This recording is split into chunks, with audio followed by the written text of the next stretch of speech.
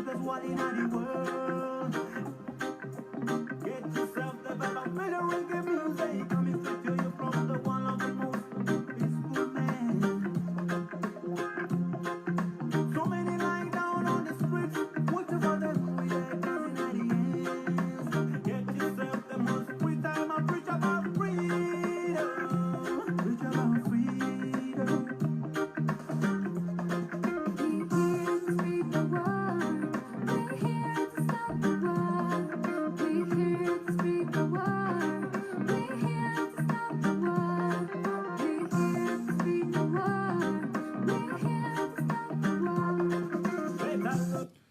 Good morning, good evening, good night, wherever you are. This is Concerned Citizen of South Sudan going live on Saturday, March 23rd, 2019 with very important topic tonight. I welcome all of you around the world, especially in East Africa.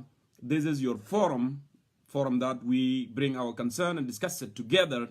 Tonight, our guest will be Hakim Dario of PDM, member also of National Democratic Alliances that recently formed with the National Salvation Front. So I welcome you one more time to our program. This is a weekly program. This is an episode that's very important for all of us here to be in and interact together. So the topic of tonight or topic of tomorrow, because it different, it depends what is your location that you are in, whether it's a night or a morning or afternoon right now. Our topic tonight, we are discussing this with Dr. Hakim Dario, the emerging report about the political piracy. And if you recall, several weeks ago when I have a program here, we have a lot of terminologies came out from our program. So we will discuss tonight political piracy within the SPLM party that will defy President Salva Kiir leadership come post of R-ARCISS and the subsequent elections. That's one. We are critically looking for the following questions. Be careful and pay attention. What is the motive behind FD's pursuit on SPLM reunification? Why are they doing this? What is the motive behind that from the FDs? All right. And also, where will there be any another power struggling within the SPLM party? That's second question there. Does President Kiir have a political stamina to continue ruling South Sudan beyond this peace program, peace agreement? Or is he preparing himself for exit the presidency peacefully by the end of transitional national government of unity? So these are the topic of tonight. We are going to discuss this. I will keep reminding you about the topic more often on the program. One more time, I welcome all of you, wherever you are. Welcome you, Sister Atong from London there. I welcome everybody in Australia, in Canada, in United States, in South Sudan particular, and in Khartoum, Sudan. So this is Concerned Citizen. Of course, my name is Jongkor Mayol, is your presenter of this program weekly. So let's go ahead and do this. Remember, this is no spin zone. This is your forum. This forum for also South Sudanese from all different walks of life. We do not allow it any insult whatsoever to a guest or a viewers. So, in politics, we have to agree to disagree. And if you don't belong to this such of situation, we may ask you to exit peacefully because there is no hurt feeling whatsoever. Do not insult anyone, but we can defer. We can have different ideas. That's how it works. Thank you one more time for joining us. Let's go ahead and bring in some music here while we are waiting for Hakim Dario to show up on our program. Thank you so much for being part of this. And always, it's good to have you on the program. So let me go ahead and bring this here and see what we can do now. So let me go ahead and play kind of a little bit of Sunday music. I love this.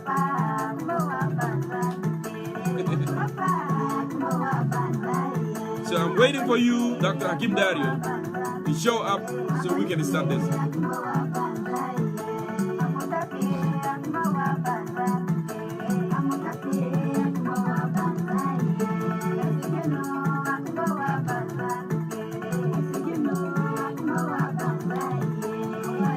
South Sudan is so beautiful with different diversity, with different music. This is Western Equatoria at Sunday.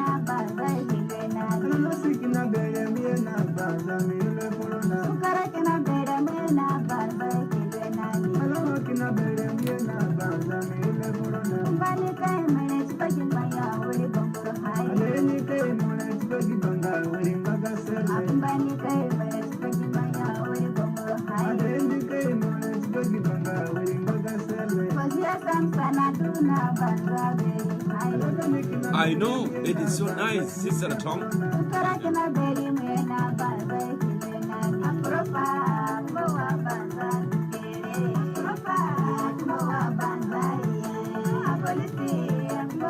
Hello, Nyanut, good to see you.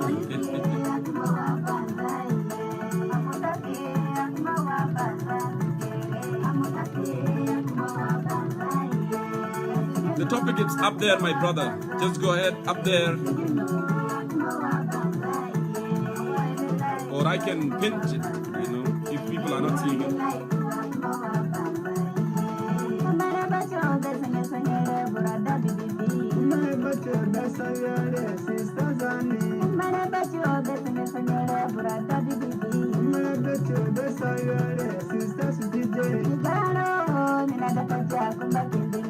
So that's the topic, my dear brother. I posted there so you can read it. You know how Sunday dance? So amazing.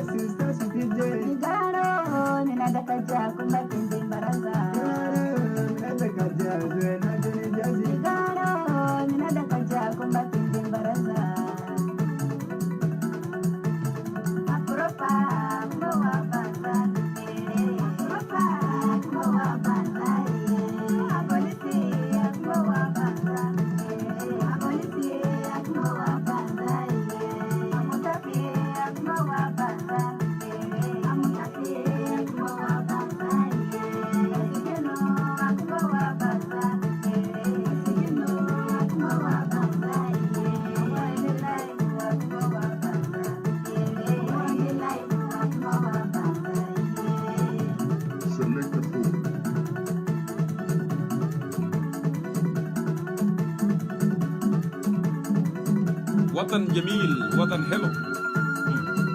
Can't imagine. All right, my dear brother, let's go ahead here and continue to wait for Dr. Hakim Dario, and then we will start this thing momentarily.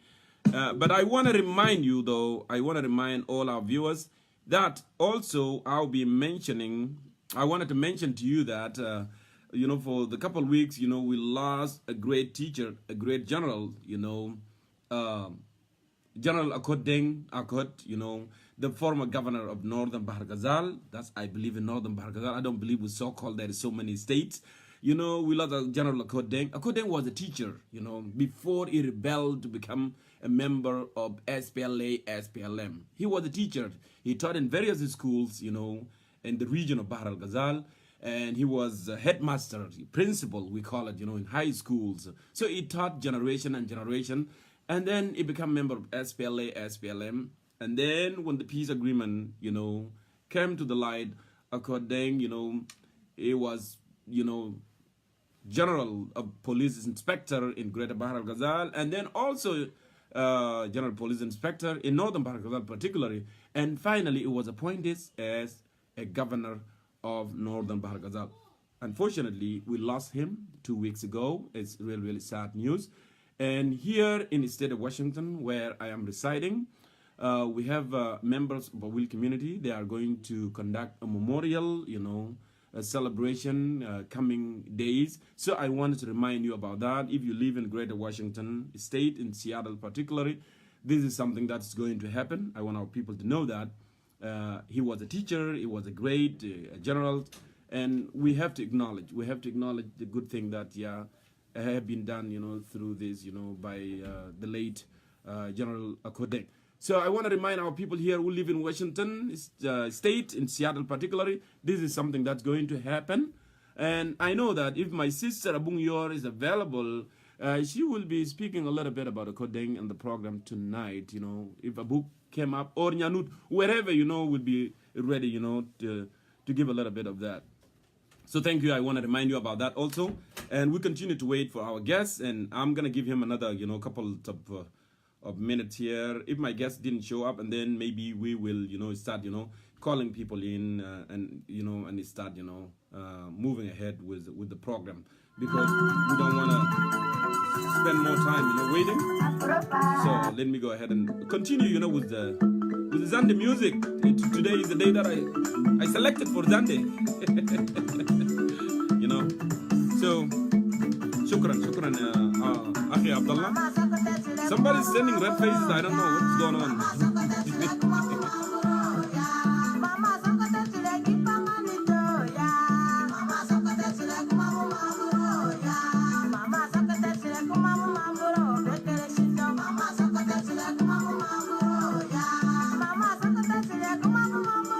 Thank you, Sas.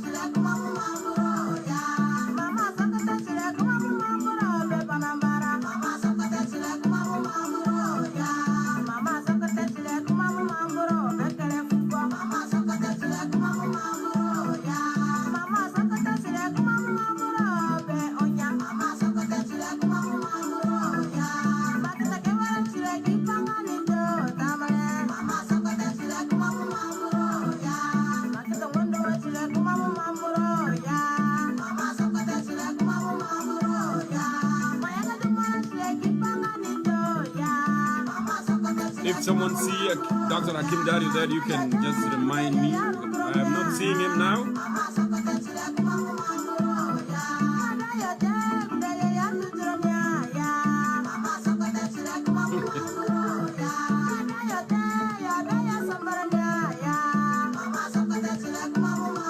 No, guy, that's not Charles Efau.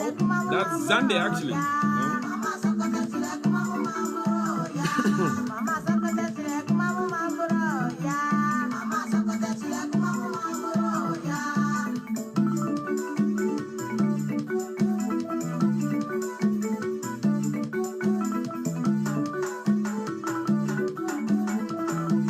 And also in the program, we would love to hear from Sister Abud Moses, which I believe she is available right now. Abud, if you are there, ممكن تدينا دعوة، ممكن نحن نبدأ معاكي قبل ما دكتور حكيم داريو يجي. لو أنت موجودة أبود، زي ما أنا شايفك أنت كنت موجودة، ممكن ترسل a request, and then I can come and have some questions with you as well. She's a journalist and she worked before with the SSBC, South Sudan National Television. So I can bring you in also, you know, Abud, and then hear from you a little bit. So, if you don't mind.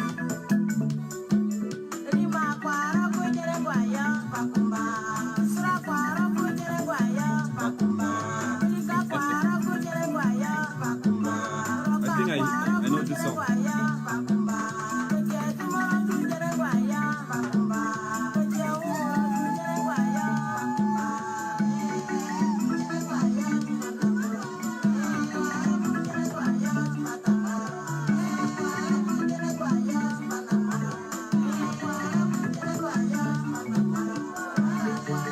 Somebody's sending angry face. What's wrong with that person?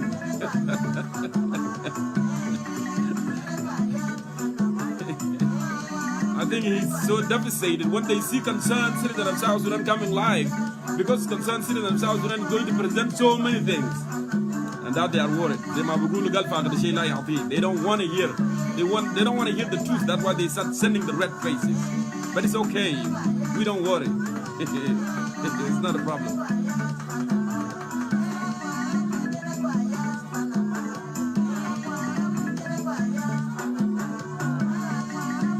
Okay, I think there is a gentleman here. Come on. Send. I can bring you. while we are waiting for our guests. I don't know what happened. Hopefully, he's ready to come in, and then we can continue and start doing this. Hello, brother.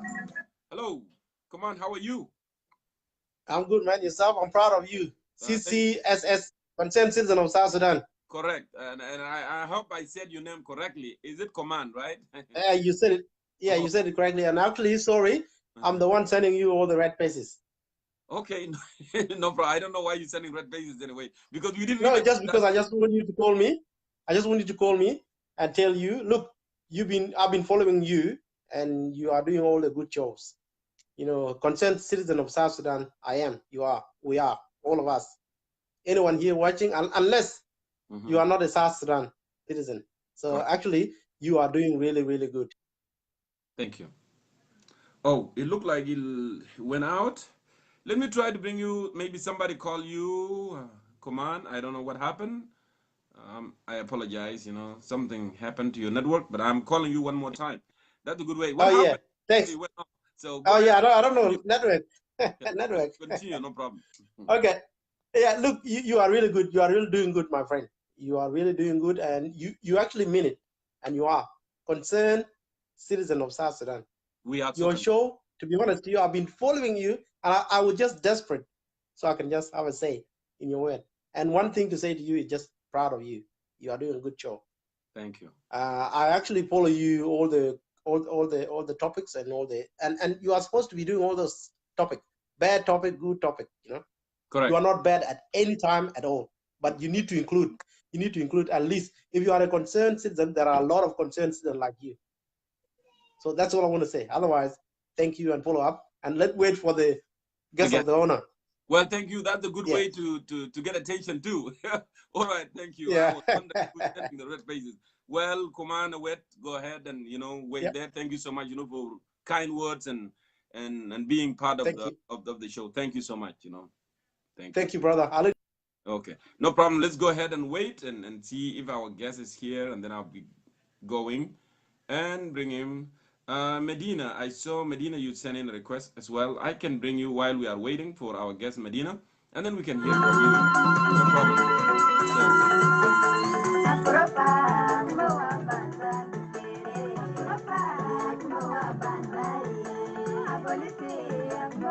Medina, I'm calling you right now.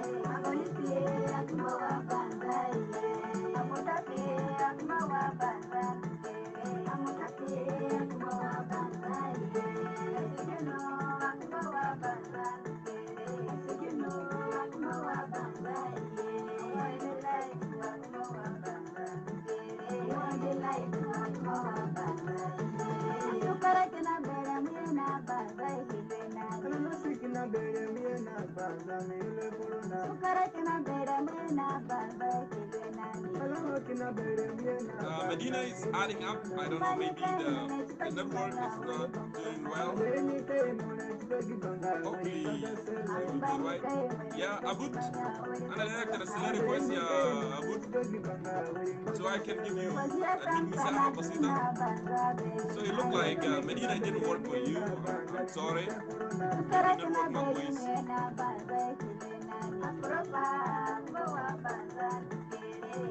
Abud, can you send me a request?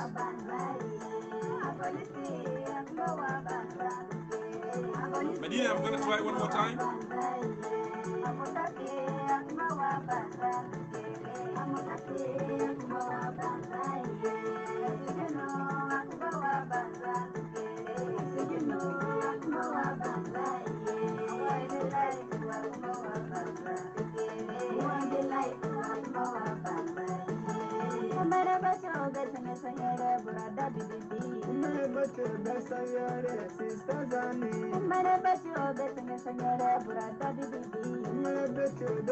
Calling you back.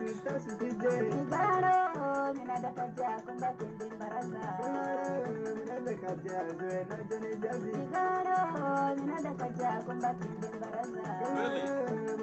This is the way rhythm, the rhythm sound like that at all. I don't think so. It's sad. It's sad.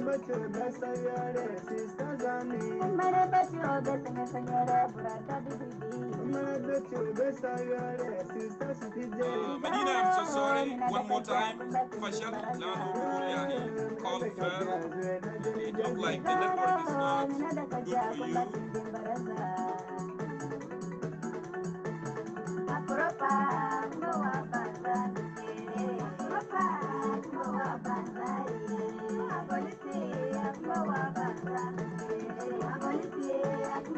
Okay, let me go ahead and bring Abung Yor. Ustaz Abu, go ahead and answer.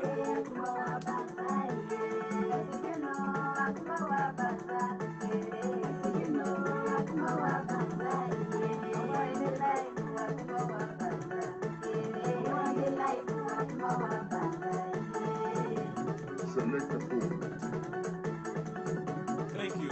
Shukran jazilan.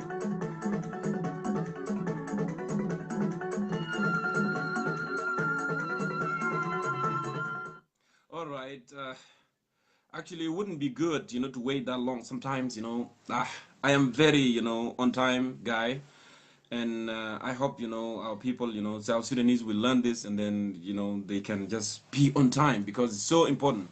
I valued your time being here, as a concerned citizen of South Sudan, always, following on time.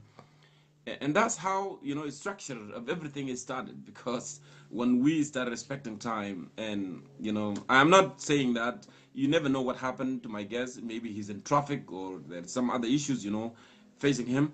But it would have been good, always, when there is something very important. I consider this is the most important thing to me, when I go live every weekend, and, leave anything behind there, because the country is first, country is always first. And then we should, you should be careful about, taking care of this. Sometimes I feel bad, to come and wait. But anyway, this is the way of life. You never know, we don't know, what are happening out there, So it's not a big deal. We keep a little bit wait, but while I want you to send in your requests, we can start this discussion. We want the conversation to keep going. We don't want, to wait until, the last minute. So go ahead and answer the question as, we put it here. I wanted to remind you also, I'm calling somebody now. I hope the network will work properly. I want to remind you also on our topic tonight. We are discussing here the political piracy within the SPLM party that will defy President Kiir leadership, composed of R-ARCISS at the subsequent election. We are critically looking at the following, questions, as I put it from the beginning. What is the motive behind FD's pursuit on the SPLM reunification? Will there be another power struggling within the SPLM party? All right, after the reunification, are they going to have another power struggling? Because we are all aware that the war broke out in 2013 as a result of political struggle, power struggle within the SPLM party, even though some people now are trying to divert it from the real cause, what the root cause. Some people are talking about, oh, the 80s and what happened with the Bilalier. But actually, that was the root cause of 2013. The root cause was power struggling. That's what got us to this situation. That's why we have war and so on. So now, we are asking very honest question.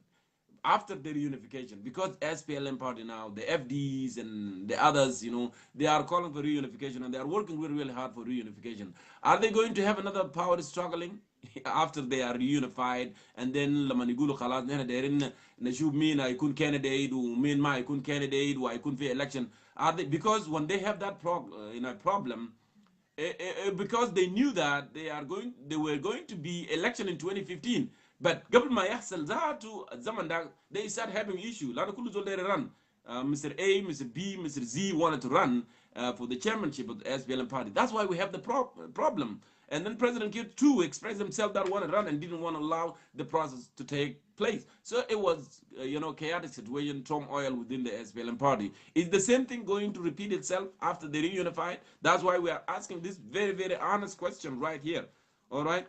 And also, does President Salva Kiir have a political stamina to continue ruling South Sudan beyond peace agreement? Or is he preparing himself to exit presidency peacefully by the end of interim period of government of national unity? These are very important questions, and every concerned citizen of South Sudan should ask those questions, actually. You know, and listen, what makes us different, the concerned citizen of South Sudan? Every week we have a different topic.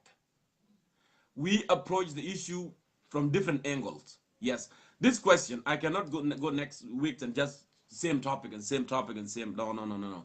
Yes, we are talking about the same material, the crisis in our country, but we have to, you know, address it from different angle. That's why we are so different. That's why concerned citizen of South Sudan is different. And we will continue doing the same thing because it's so important, you know, to address this issue from very, very different angles. So today, with these topics, I hope, you know, my guest will show up. I don't know what happened to him, but I inviting you now because it's been, you know, a little bit while since we started the program. I invite you all, you know, to send in your requests, and then we can start moving on. So let me go ahead and bring this, you know, gentleman here, and then we can start doing this. I don't know what happened. So, okay, I'm here just getting seated. Okay, no problem. You know, my guest actually is getting ready, and that would be so great, you know, if he's right down there. And just let him sit, and then after that, I'll bring him in. So while I'm waiting for my guest to appear here on the camera, why not going ahead and calling Brother Lino, you know, Nyamurnyang. Actually, he's from Eastern Equatoria, this gentleman of mine, a friend of mine. So go ahead and answer that. I am calling you right now, Lino.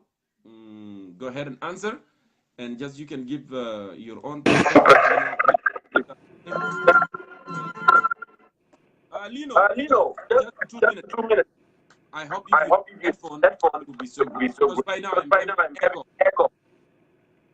Okay, let me see. I don't know whether I have my headphone on. I got it on, I guess. Can you see me? Hello? Can you hear me? Yes. Can you hear me? Perfect. So in just less than 3 minutes, I want you to put your perspective because it looked like my guest is around and he's taking a seat, and I will go ahead and bring him. Lino, I asked question. I don't know if you get my question or you did not get them, and I can go ahead and repeat them into you one more time. So the question are, what is the motive behind FDs, former political detainees, pursuit on SPLM reunification? Will there be any another power struggling within the SPLM party after reunification? That's one question. The second question, does President Salva Kiir Mayar have a political stamina to continue ruling South Sudan beyond this peace agreement? Or is he preparing himself to exit the presidency peacefully by the end of transitional national government of unity? These are the only very, very critical question. And also there is a question here. There is a political piracy within the SPLM party. Will that defer President Salva Kiir, leadership in the office? So these are three questions that we are asking. Less than 2 minutes, go ahead and do this, and then I can go ahead. Or if you choose to wait, that would be okay, because I see my guest is already here. Well, thank you, Jongkor. First of all, I want to say, you know, you have been really very earnest in your, propagation for the freedom and for the rights of our people in South Sudan. And I think you have given voice to a lot of people. And of course, you have also given Lino, a few. Yep. I'm sorry, my friend. I'm going to cut you off. It looked like my friend, the guest is here. I am going to bring the guest, and then we will continue, okay? And well, go ahead. I mean, he has the priority. I'll bring you. Let me go ahead and do this. Go ahead.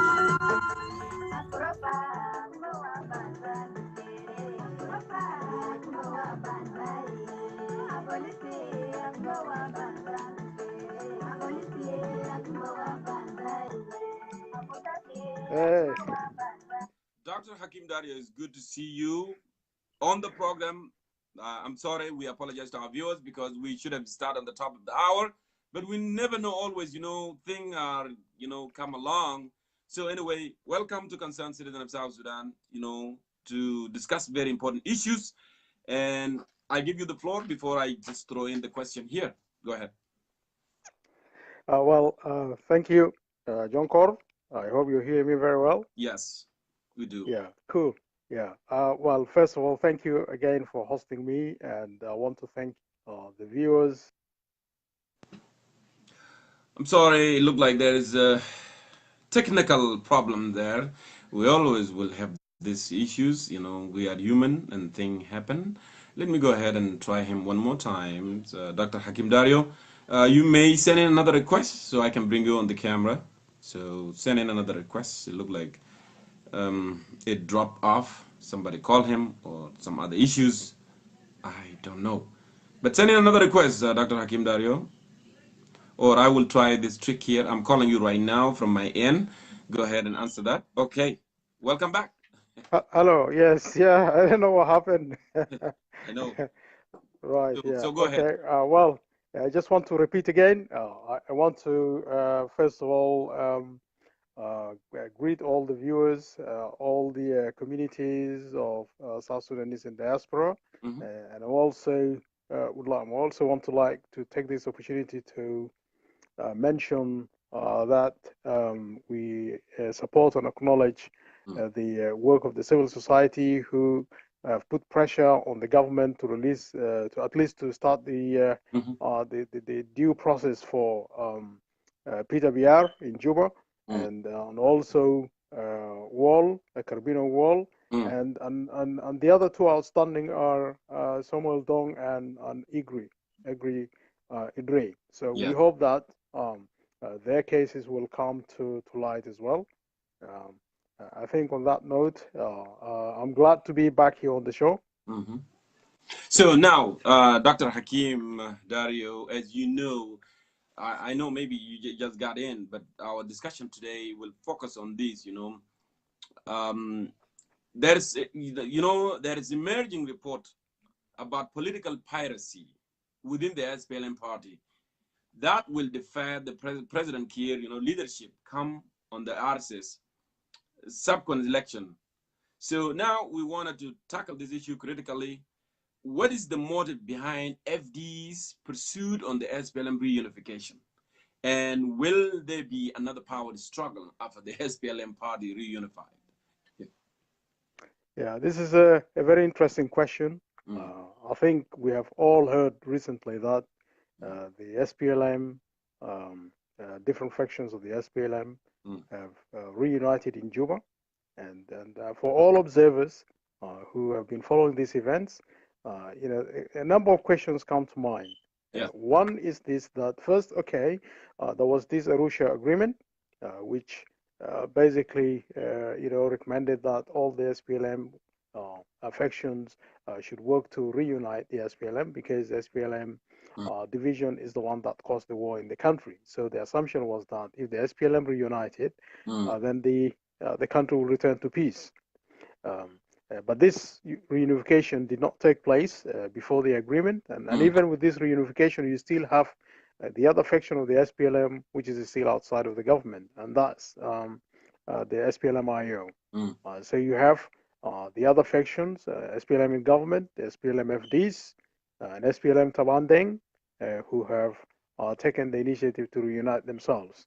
But I think if you examine the question that you presented, it's a very legitimate question, in the sense that, yes, the SPLM might actually look at this revitalization agreement is an agreement for revitalization of SPLM.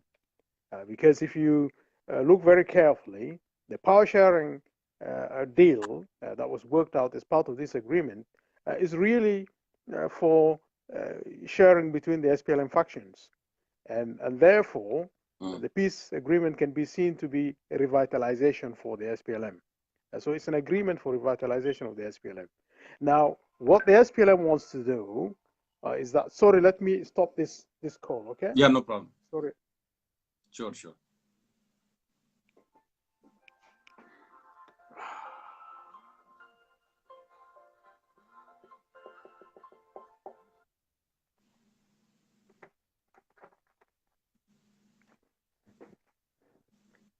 was my fault. I left it No, without putting it on a silent mode. Let it's me okay.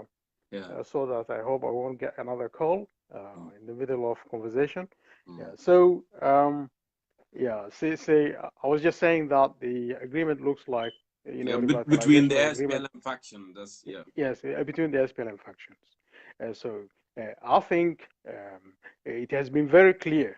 There has been worldwide condemnation, and there has always been there has also been condemnation of the SPLM by all the people of South Sudan. The vast majority of the people of South Sudan have held the SPLM responsible for bringing the country to its knees, for the economic collapse in the country, for the divisions and the atrocities that have taken place in South Sudan, and the war that has gone on. Even as we speak, there is still a war going on in Equatoria, in Bahr al-Ghazal, and so on. So the SPLM is blamed for all of that. Now, what the agreement is doing is to provide another window of opportunity for SPLM to consider reunification, continue to be in government, and also prepare itself for elections. So what they want to do is they don't want the mistake of going to the elections as different factions of the SPLM. They want to go to the elections as one united SPLM. That's the first thing to get, right, to get clear. And so the key focus for them is that it's a matter of decision. Do we start that process now, reunification, so that we get the opportunity to address issues during the transitional period and prepare and clean up the SPLM, clean the act of the SPLM, so that down the line, over 3 years, the SPLM will have a better chance of going to the electorate and getting a mandate to continue to rule. So it's a survival decision, it's a survival instinct that the SPLM wants to project itself to the whole of the country, that SPLM is trying to get its act together and prepare itself for election. So this is a strategy for survival.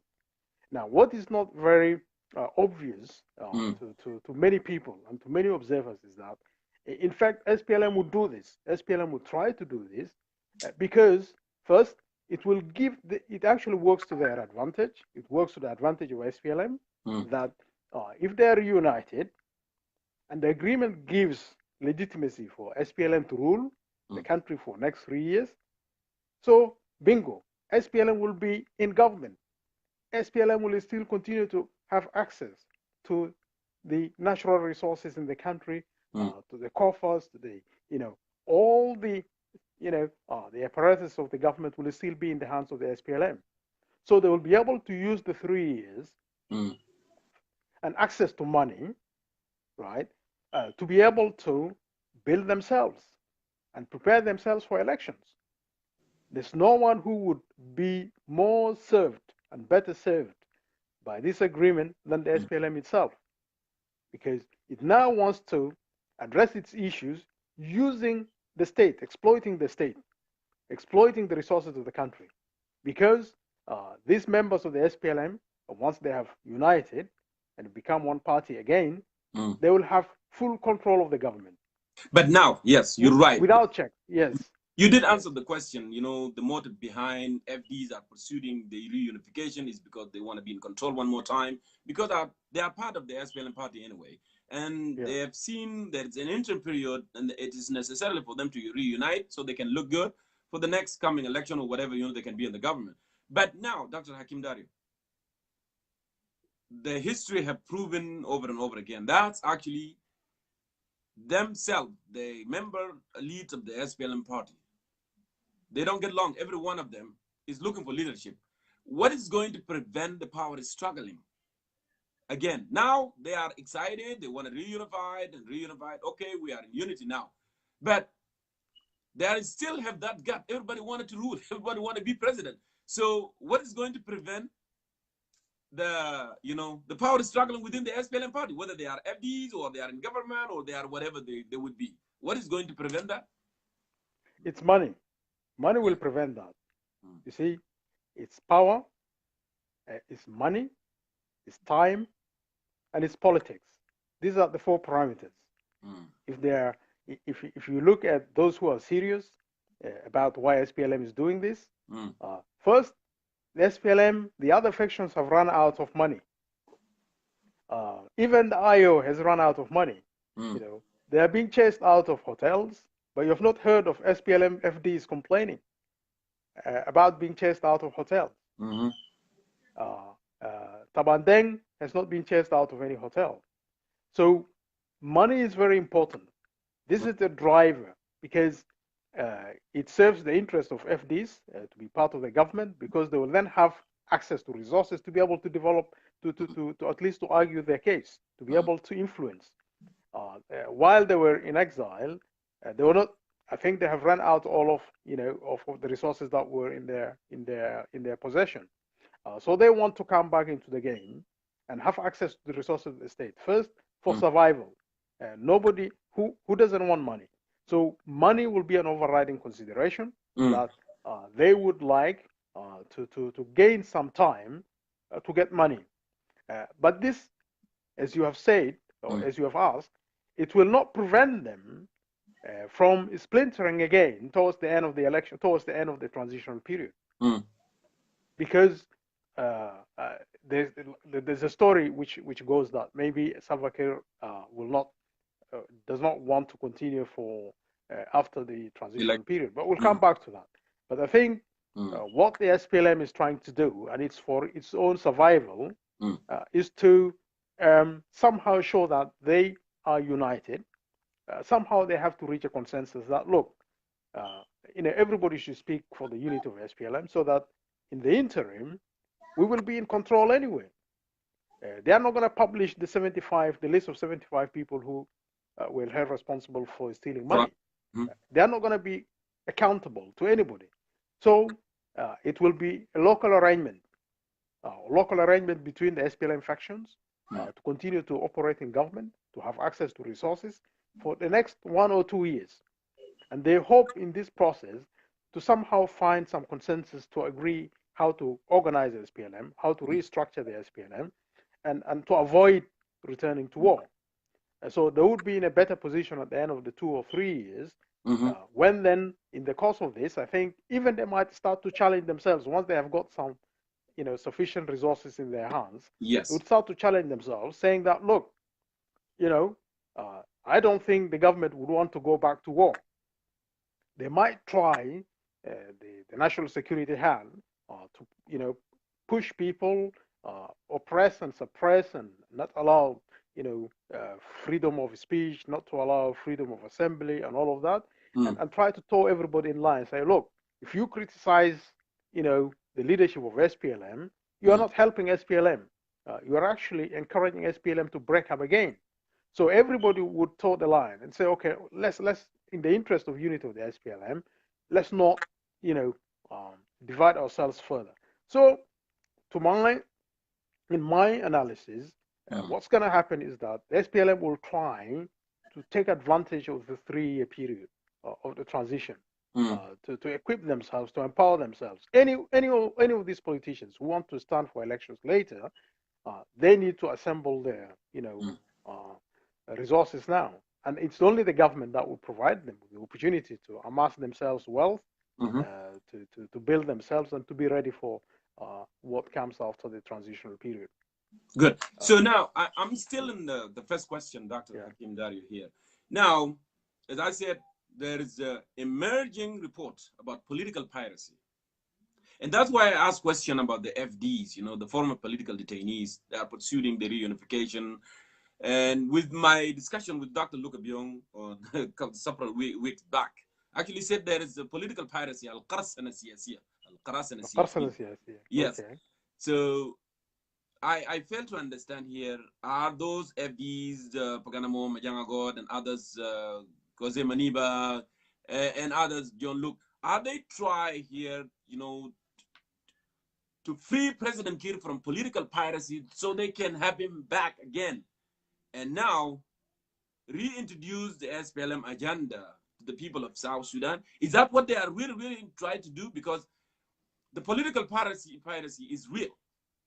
So I want you to answer this before I move on, because I know that there is something to do with this political piracy. You know that, President Kiir, there's a lot of things that I've raised. people around him, they are the one that pulling him and doing so and doing so. So go ahead and answer that before we move on. Yeah, I think first of all, Salva Kiir is in a very bad position. He's seen to be morally bankrupt. He's visionless, and he has been held responsible for human rights abuses. Has been held, responsible for the atrocities caused by the Mafia in many parts of South Sudan, Equatoria, Western Bahr al-Ghazal, and the wars is still going on. And he's recruiting, more militias into the army. So he has a bad reputation. But at the same time, the FDs have looked at the options. They don't have a military option available to them because they have, they don't have, an army behind them. So what they want to do is to play by the peace agreement and look for opportunities within that. So what they would try to do is to make themselves close to Salva Kiir. As you have seen, for instance, Majak has been, seen sitting together with Salva Kiir and getting closer to him. So they're trying to play their game as well to try to reduce the influence of other members of the Gen Council of Elders and try maybe to persuade Salva Kiir to say, look, your legacy is SPLM. Yes. You play with us. We are the only group that can actually support you with policies.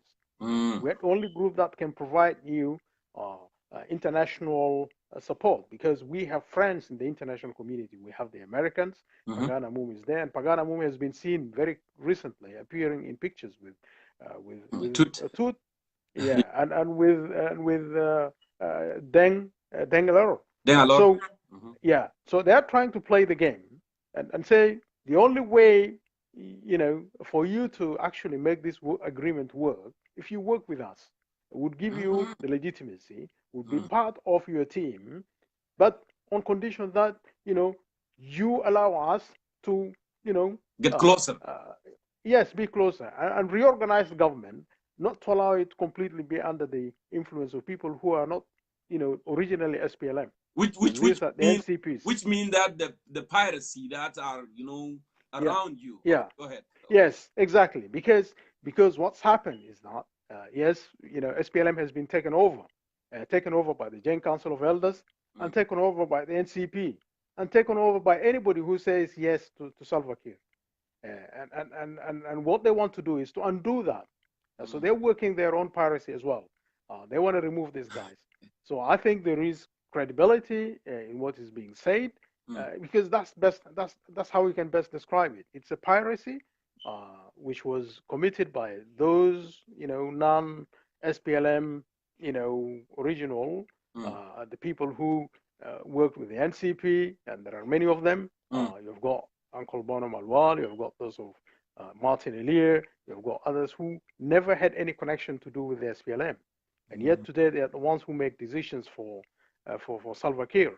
Salva Kiir is completely reliant on them.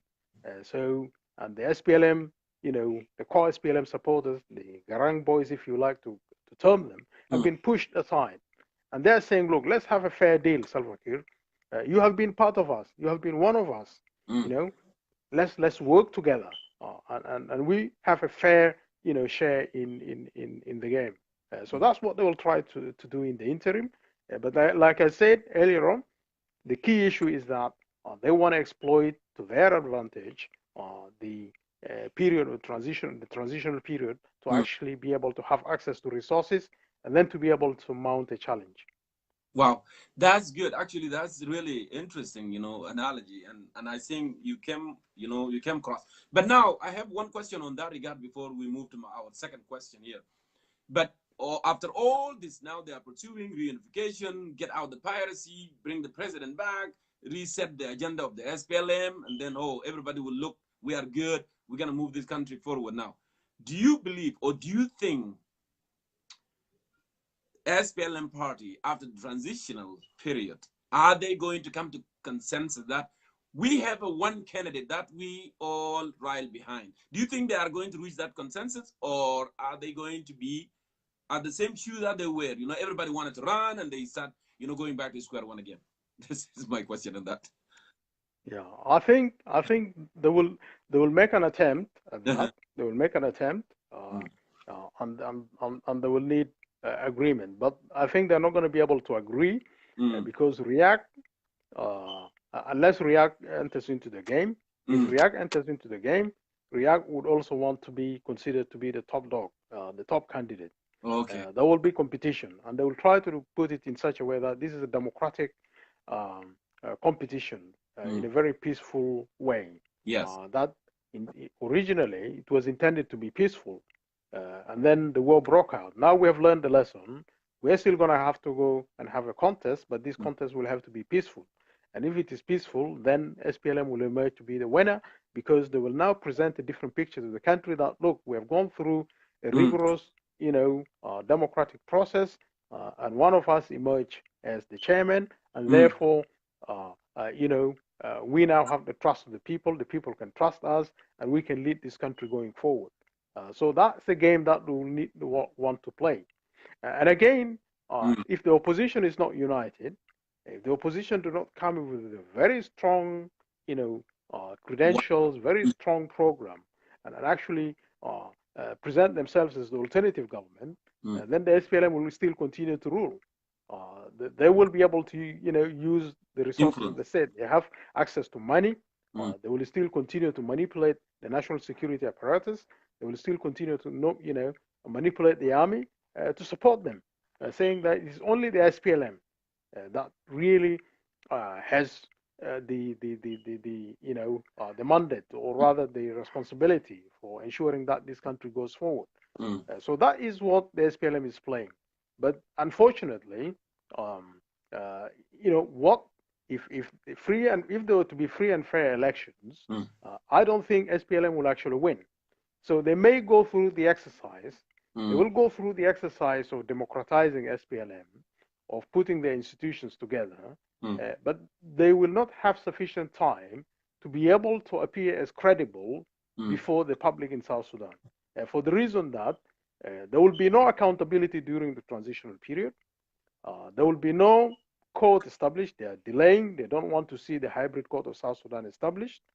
And in addition to that, they are not going to be able to, change and democratize the structures of the SPLM.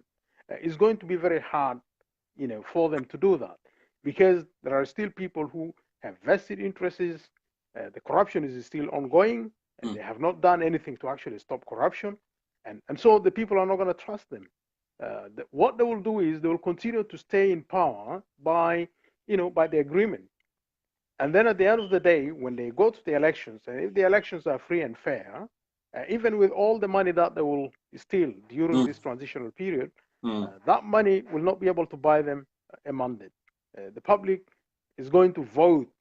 If in a free and fair elections, the public will vote for their representatives, and people will want to see different faces. They don't want to see the SPLM, the same SPLM that brought war, winning the elections. The SPLM that have killed, thousands, 400,000 of our people, lost their lives because of the SPLM government. 2.9, million of our people are displaced internally, and so on. So, if these people return to their original places, do you think they will be in their right mind to vote for SPLM? No. They won't vote for a government of the SPLM to come back, because it's the government that sent them into refuge. It's the government that displaced them. It's the government that forced them to live in POC centers. It's the government that has created 32 states, which has created the conflict in South Sudan. You see, so I don't think they're going to be able to get the support of the people, but they may be able to, get pockets of support here and there. But I can almost say that the SPLM will lose in Equatoria, the SPLM will lose in Upper Nile. They may get some support in Bahr al-Ghazal, but they will also lose in Bahr al-Ghazal big time. That's how I look at it. Yeah. Well, thank you so So much. it is Yeah. it is in the interest of the opposition to exploit that, to look further afield and say, look, the SPLM has got no future. The people are not going to support the SPLM. But the problem is this: that if Opposition is the refugees do ununited. not, if the refugees do not return, if the people who are displaced currently are not able to return to their places, and so this agreement is just going to falter. If the agreement falters, we're not going to get free and fair elections at the end. Okay. That's the Well, reality. yeah, thank you so much, for that, perspective is really me. Now let's move to question 2. And question 2 is really interesting. As we talk about the political piracy, there's a lot of rumors, and they're likely to be true going around there. That's President Kiir actually, after he visited Greater Bahar al Ghazali State, he came and non-stop, he went to Vatican, and then he came back. And sources close to him saying that President Kiir actually, he just wanted to continue with the interim period. And then after that, he wanted to exit. But we are not sure 100% that's what is going to happen. Therefore, he wants to reunite the SPLM party. He doesn't want to leave. Okay, the country actually has problem, and he was in charge. But now the SPLM party, if he leave everything like this, it's going to be more and more blame on him, the country and the party. So now, with this question, does President Salva Kiir have a political stamina to continue ruling South Sudan beyond this agreement? Or is he preparing himself to exit presidency peacefully after the end of period? So now we are asking this question based on what's happening. So is he really wanted to continue after the interim period, or is he just preparing himself to exit peacefully? That's my next one. Go ahead. Yeah, I think what President Salva Kiir will do will ensure that there is no hybrid court set up in South Sudan during the transitional period. There is no accountability, and will ensure that that he will have a space to try to appear to have united the SPLM, and then to get concessions from if there is a desire on his part to leave office before the next election, then he will try to get concessions from the SPLM leaders who will take over from him to ensure that he is not held responsible, and to also ensure that they win the elections, because that would bring in the issue of rigging the elections. If he doesn't ensure that the SPLM takes over after he leaves power, then he fears that he might also be, held accountable by the government that will come after that. So I think his calculations now is in a dilemma, which actually serves him well.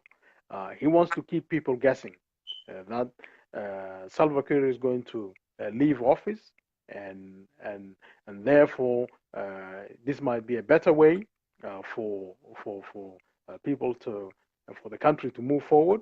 He wants to cultivate that sense of expectation that Salva Kiir is going to leave office. But I think the bigger issue is the cost of doing that is that the elections would have to be rigged. There will be no accountability. But if, say, and I'm quite sure that there will be no accountability if the government doesn't cooperate with the African Union, and there is no political will on the part of the African Union and the international community to institute the institutions for accountability during the transitional period.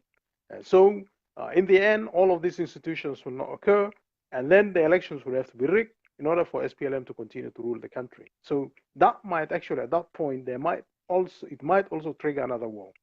The other issue is that the constitution-making process is not going to be very satisfactory, because it's not going to be people-driven. You see, we have over 500 MPs who are, appointed by Salva Kiir. These people will not genuinely work to bring a new constitution that can, hold government accountable. Even this promise of, going to a federal system of government would probably not materialize. So, for all these reasons, I think that what's going to happen is that there is going to be further crisis in the course of this transitional period, and this might then, trigger events that might not help SPLM to actually, transfer power peacefully to a new leader of the SPLM that will be elected.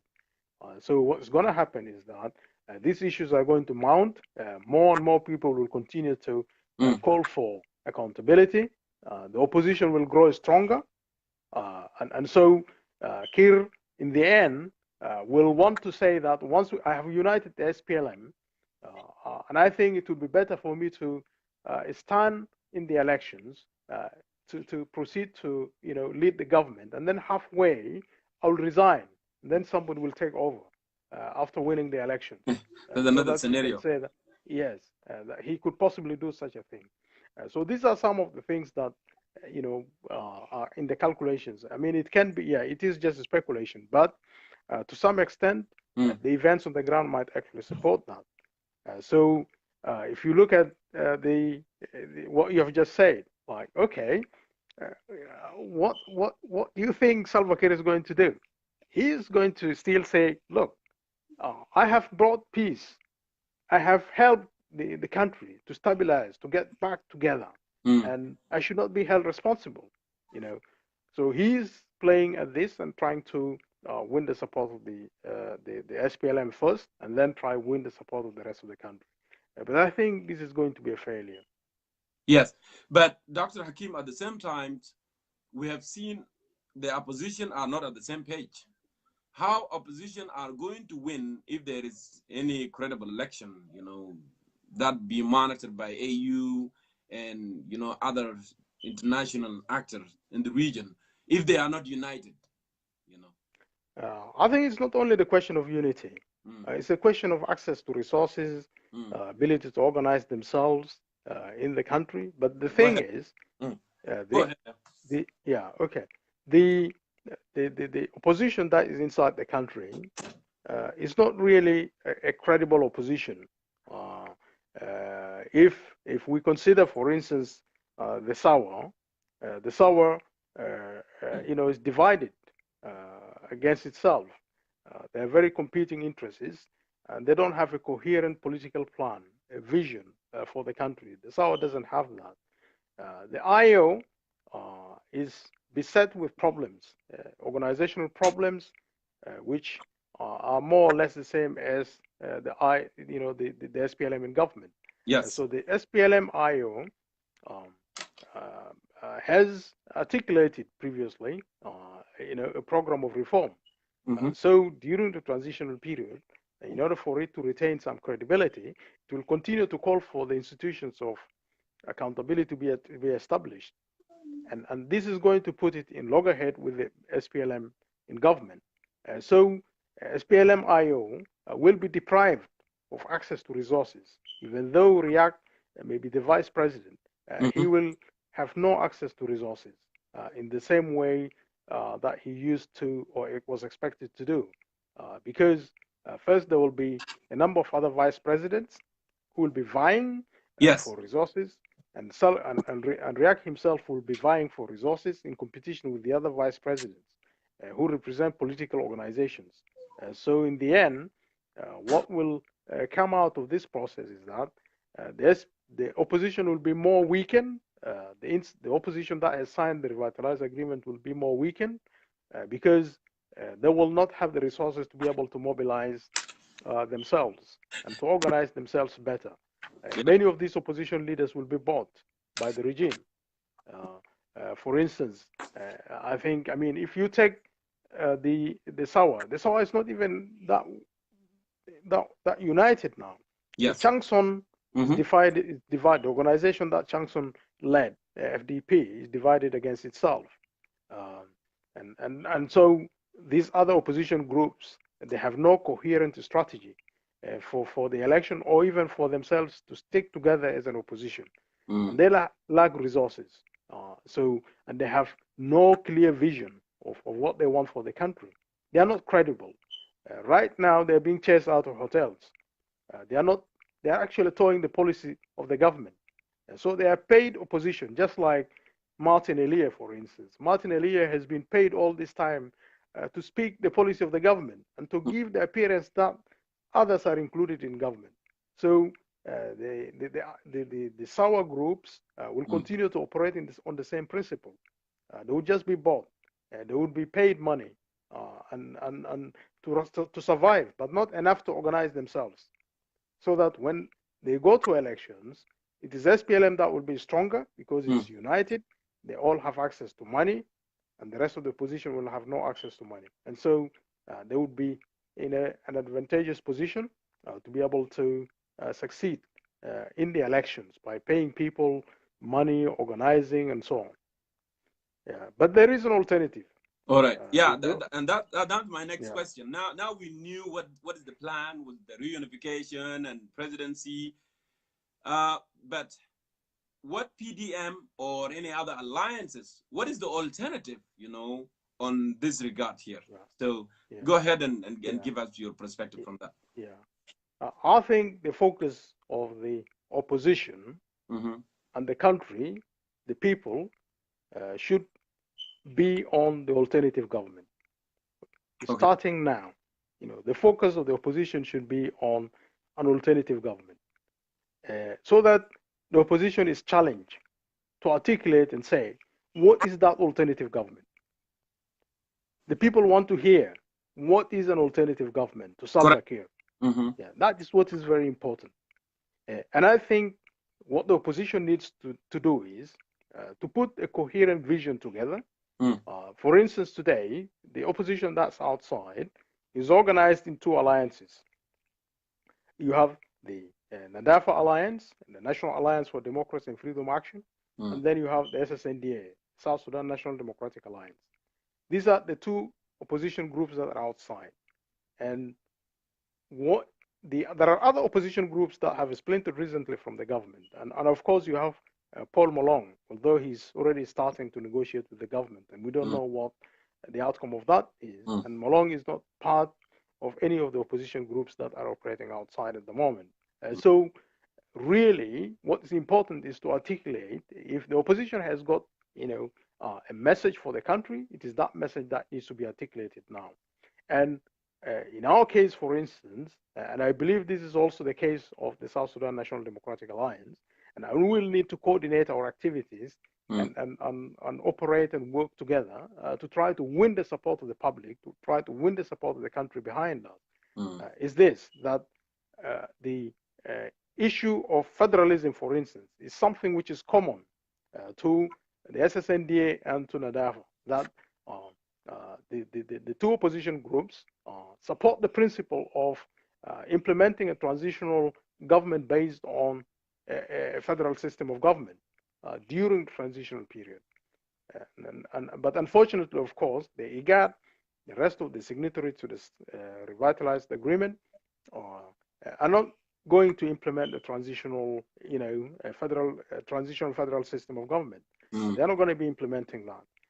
So it's only a slogan now of the opposition. Now, what we actually say is this, that what in our case, we want to bring, an alternative government, an ADAFA government. An ADAFA government in the sense that a government that will clean the mess and corruption that exists today in South Sudan, a government that will put the people first, a government that will put the power sharing between the people. If you look at the current government, the current agreement, it actually offers only an opportunity for power sharing between the elites in government, the SPLM-IO, the SPLM in government, the former detainees, and the other political parties. It is these political parties, they are the elites. So the power is shared between them. It's allocated to them. It's not allocated to the people. You see, this is how it is different. What we are saying is that power sharing should be based on, on the people, on the population.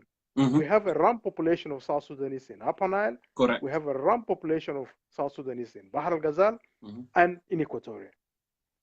So ideally, what should happen is that the power should be shared on the basis of 1/3 for each region in terms of the population, in terms of the region. And then these political parties will need to go and seek mandate from the people in Upper Nile, in Bahr el Ghazal, and in Equatoria. So in that way, the people will be free to select who their representatives are. And then these people will be represented in the National Legislative Assembly. And that will ensure that there is going to be a constitution-making process, which is people-driven. But as long as we have the implementation of the revitalized agreement, the constitution is not going to be people-driven. It's going to be driven by the people who are currently in the National Legislative Assembly, the majority of who are SPLM. So they will make a constitution for SPLM, not for the country. This is something that people don't actually see through. That if we have this National Assembly, it's going to work to bring a constitution for the SPLM. And it's not going to be a constitution driven by the people. So if we say that the power sharing should be based on Upper Nile, Equatoria, and Bahr el Ghazal, then the people of Upper Nile will select their MPs, the people of Equatoria will select their MPs, the people of Bahr el Ghazal will select their MPs. And then these representatives of the people will be in the National Legislative Assembly to be able to scrutinize the constitution and to be able to pass the constitution that the country really needs. That is going to be missing with this revitalized agreement. So the other issue here is that with the federal system of government, we have a degree of autonomy. Say, for instance, there will be autonomy for the people of Upper Nile, people of Equatoria, people of Bahr el Ghazal, to govern themselves independently of the central government with powers which are devolved to the regional government. So you'd have a regional government in Upper Nile, a regional government in Bahr el Ghazal, a regional government in Equatoria.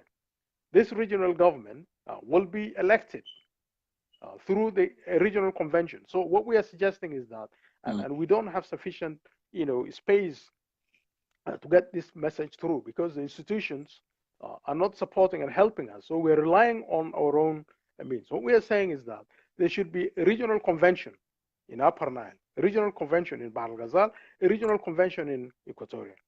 This regional convention will select the members of parliament to the regional assembly as well as to the National Assembly.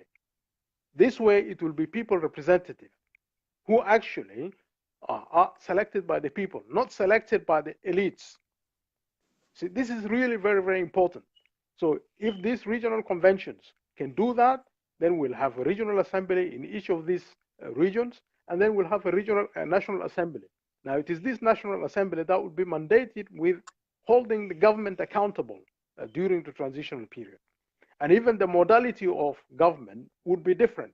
For instance, we're saying this, that there should be a Supreme Council, which is based on representatives, a representative from each of the three regions. In the regional convention, each region will nominate, a member of the Supreme Council. Equatorial will nominate a member of the Supreme Council.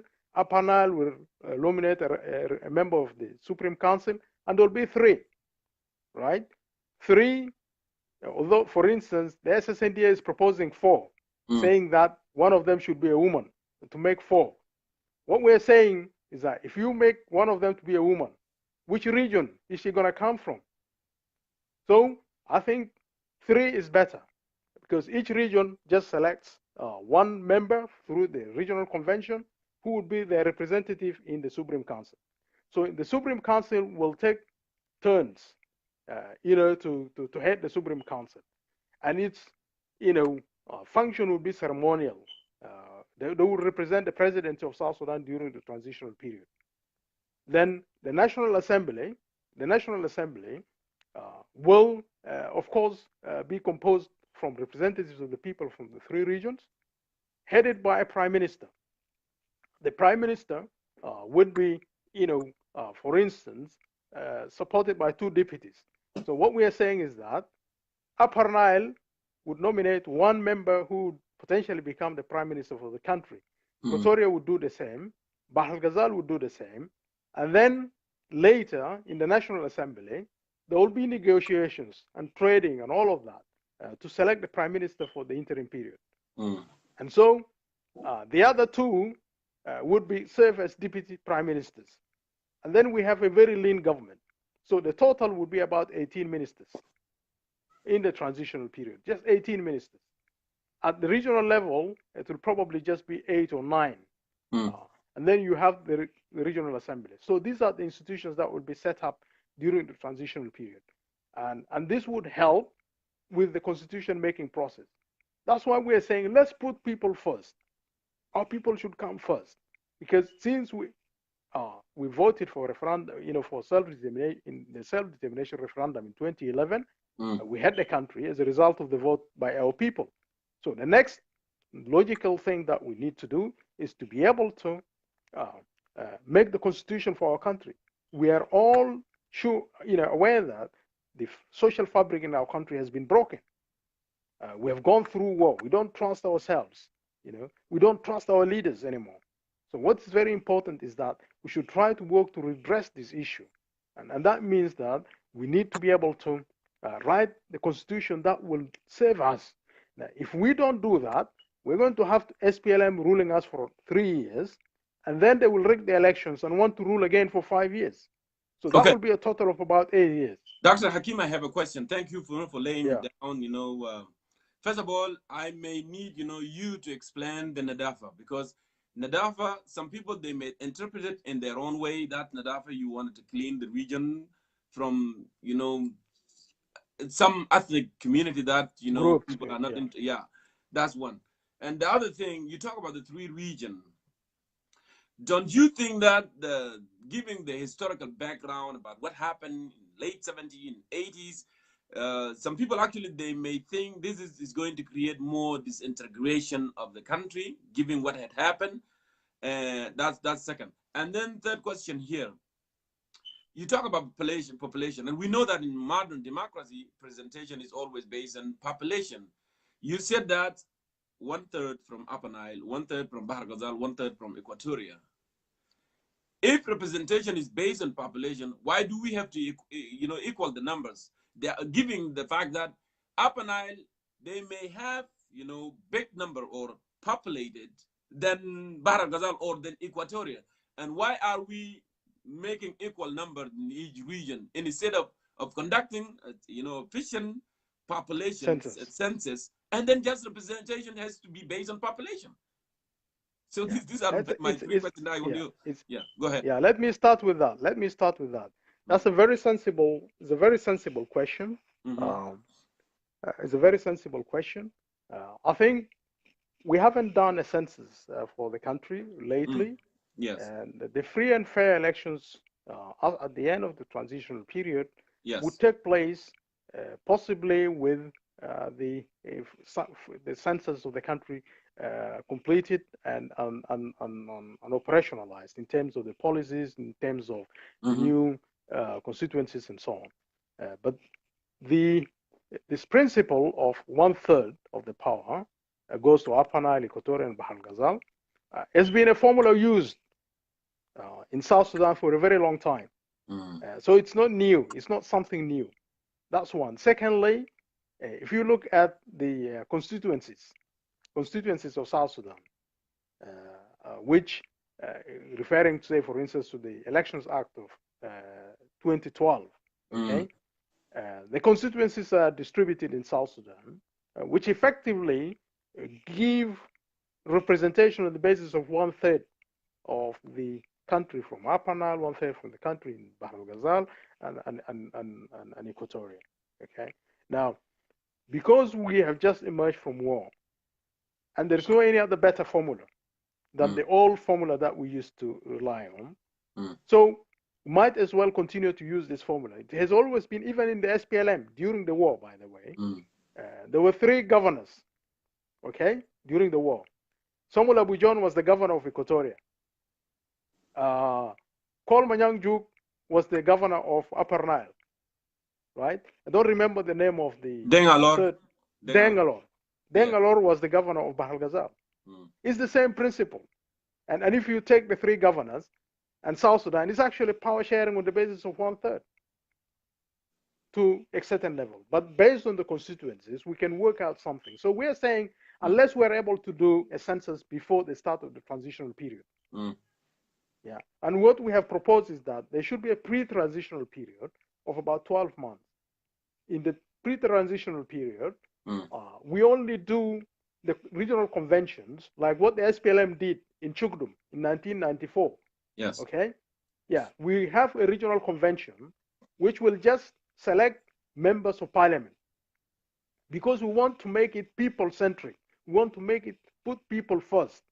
This is very, very important. This is involving people in decision-making. This is giving people the authority to make this process legitimate. It's just the same like when we did the referendum. It wasn't the SPLM that voted, it was the people that voted in order for the country to be recognized. So we do the same. The institutions that will need to be formed during the transitional period must be based on people, representatives of the people. So the formula that we can use is that we use this formula of establishing a regional convention in Upper Nile, a regional convention in Bahar al-Ghazal, and in Equatoria. The SPLM did it in 1994. The SPLM did a convention, but that was, of course, SPLM convention, right? So we can do something similar within the period of 12 months. We should allow a space for us to exercise this. It will be very healing. People will gain confidence that they are involved in the peace process. It's not the elites who are in the driving seat. It's the people. Okay, so that's one aspect. I think the other aspect is that, as I said, we don't have census. We haven't done the census, but we can do the census during the transitional period, so that when we go for elections now, people will elect their representatives based on the constituencies, and that would be representative of the population. You see, so we are only proposing it as an interim solution, which is fair enough. Okay, yeah, I think that's one. The other question was Nadafa. Nadafa, yes, yeah, Nadafa, yeah. This is a term that can be misinterpreted. You know, there are people who can spin it negatively when it actually means something different. Nadafa is an acronym. It stands for National Alliance for Democracy, National Alliance for Freedom Action. What we're saying is that if we put the people first, right, then the people will go through this process of selecting their representatives and so on. So Nadafa is a word that can be used to signify the challenges of our time, the challenges that the SPLM has brought to the country. You remember the 75, you remember the Dora saga, you remember all of these issues. We want to clean that. Yeah. We want to clean that. We don't want to clean people. How can we clean people? We want to clean the system. We want to clean the system that's ruling over South Sudan. That's very important.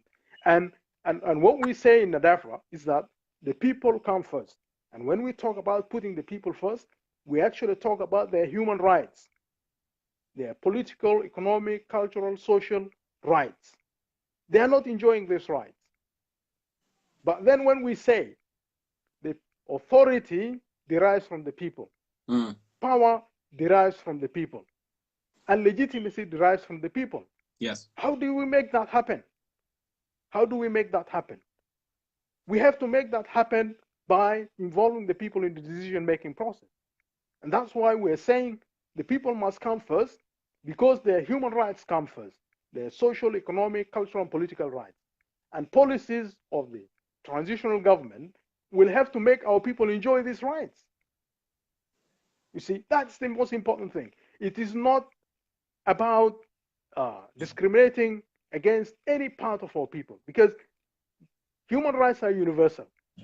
They belong to the people of Upper Nile, they belong to the people of Bahar al-Ghazal, they belong to the people of Equatoria. Our people need to enjoy those rights. That is what we understand by Nadafa. And this is why we preach this to the youth, not to the old people who spin it out of control. And we have faith in the youth of South Sudan. The youth of South Sudan will be able to understand this concept better than the politicians who want to spin it out of control. And so it is very important for us to really do a lot of work to educate our people that your human rights come first. Wherever you are, your human rights come first. What is the constitution that you want for your country? Each one of you should be able to participate in that.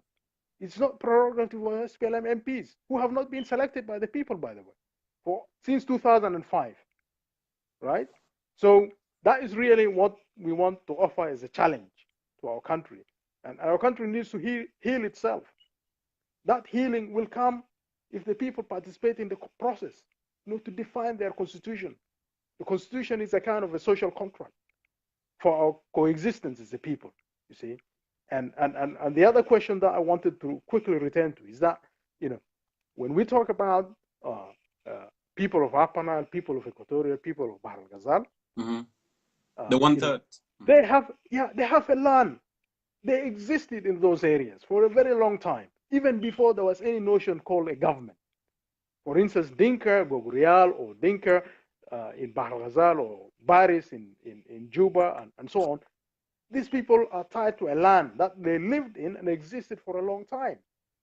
Okay? And they have natural rights. They have natural rights and they have civil rights. Our approach for creating the country, the new country that we want, should be based on enjoyment of those natural rights that are not in conflict with the civil rights of our people, that are not in conflict with the human rights of our people. And that's how we resolve the issues of conflict. I alone may not be able to explain the concept, but we can articulate it and let other young people like yourselves and others preach it. If you see that it's sensible, it's logical, advocate for it, for our people to understand that, we are not calling for Nadafa in the sense that we want to clean certain communities. No, we want to advance the human rights. The principle is this, that we put people first. And when we talk about putting people first, because the authority derives from them, the power derives from them, and the legitimacy comes from them. And then the human rights belong to them. All human rights, social, economic, cultural, and political rights, they belong to the people. And the people are not enjoying it. Even the right to life today, the right to own property, the right to own land, there should be, rule of law to ensure that our people enjoy these rights. So I hope I have explained that. But I will always be able to have opportunities to. You did, and actually today you have majority of people are very positive about your message, which is a good thing. I'm impressed with that message, which is good. So now I have another question here, Dr. Hakim, before I let you go. It was good, discussion today, which is something really. Now, you mentioned about, reaching out, the political parties or individuals. And in modern democracy, I am convinced that in order for me to win an election or to win a constituency, I have to reach out. I have to cross the aisle. There is no way I can stay in my home or my hometown and I say, oh, I'm going to be leader. I'm going to win. Recently we have seen, there are some members of South Sudan, Democratic National Alliances, they have been shaming certain communities. And at the same time, they are for the unity of the country and they want to be leader for tomorrow. How that's going to be possible if you are not reaching out to those? You are shaming communities instead of shaming individuals, instead of shaming the government. So how that's going to be possible? These are the people actually you want, to win them, to bring them on your side. How that's going to be possible? I want you to give your insight on that. Yeah, to be honest, I didn't listen to the show. I didn't know what was the main issues that could be described as having, shamed people. But I think SSNDA, to my understanding, calls for a federal system of government, and that is something that we have something in common around that. Yes. But I think the fundamental position that we all have to stand for is the issue of human rights, reaching out on the basis of this. For me, I would like to reach out to the people in Upper Nile, in Bahr al-Ghazal, in Equatoria, to stand for human rights, because that is what is going to unite us. If I enjoy my human rights in Equatoria, I should be able to enjoy the same rights in Upper Nile. I should be able to enjoy the same rights in Bahr al-Ghazal. That's really, really, really very sensible. And the other thing is this, that we're saying PDM would like to, go to Upper Nile and get a mandate through the Regional Convention of Upper Nile. Go to Bahr al-Ghazal, use the mandate of the people in Bahr al-Ghazal to give it power. to be able to advocate for their human rights. And I think if we were to be given a fair playing field, this SPLM that thinks that itself is very big, we can actually defeat SPLM. I'm sure today people don't have trust in SPLM. They just want something new, completely new. Yeah, people want to trust in something new, and there is a younger generation coming up. There is Jongkor, there is Marguerite, Teresa, there is the likes of Mujazif, and many, many other South Sudanese who are very, very talented.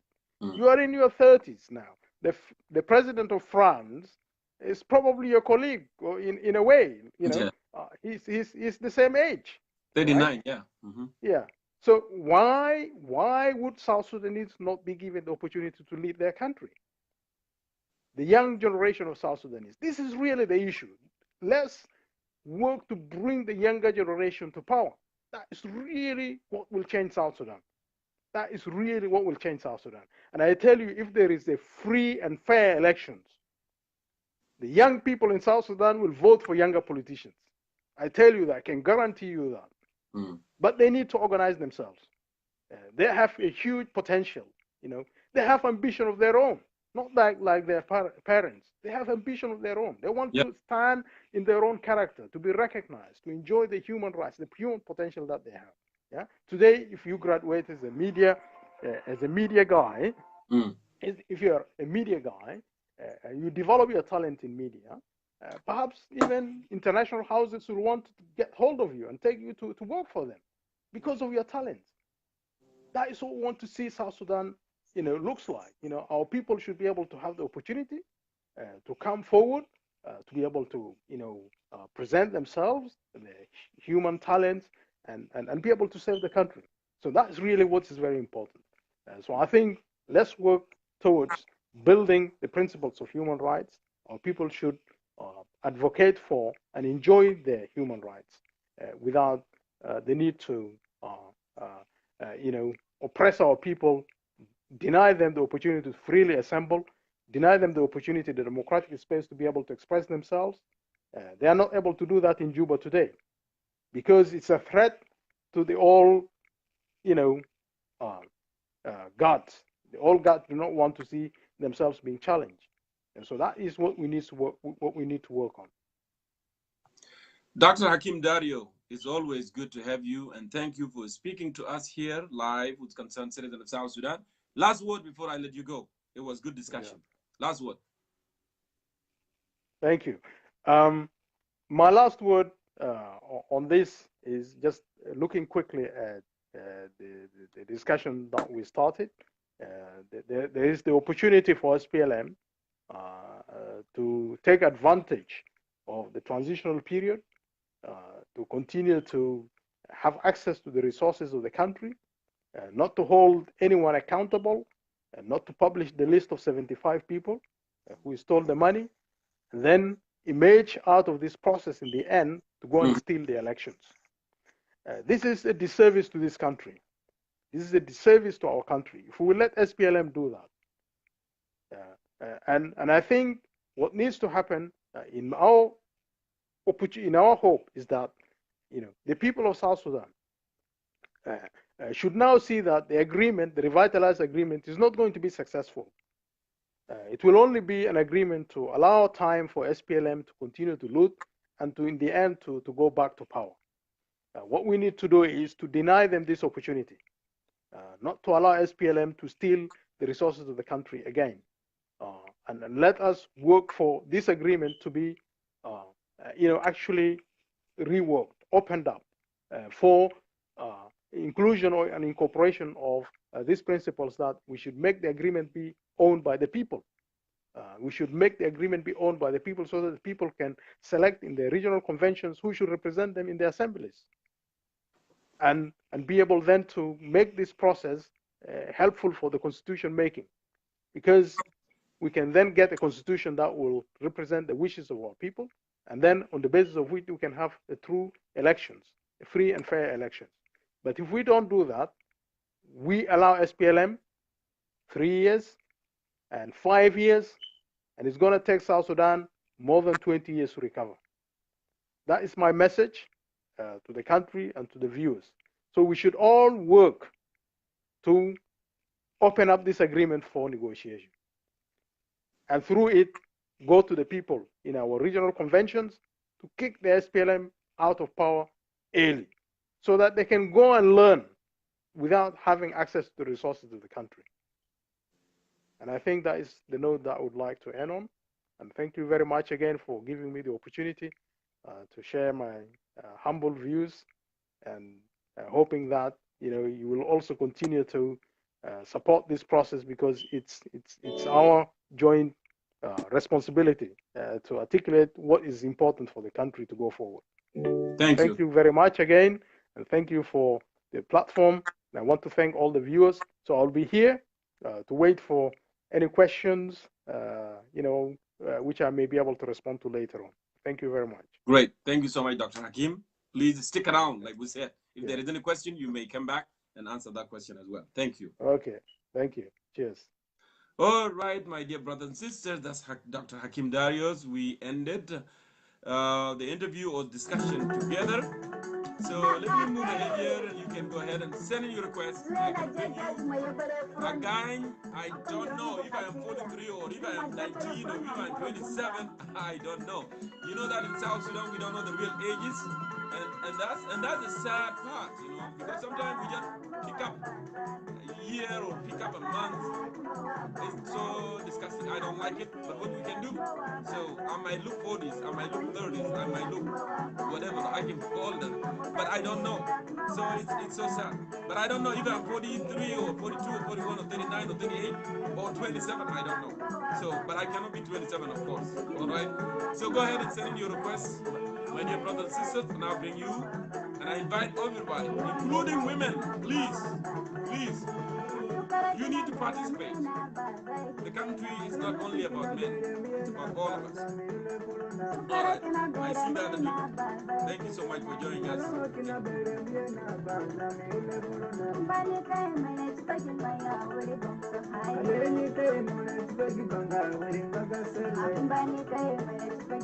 Guyball, I'll bring you, but I have to bring Koba, because actually he was first, but I cut him off because my guest, came in. So, Lino, put headphone, please, and then you're ready. I'm calling you right now.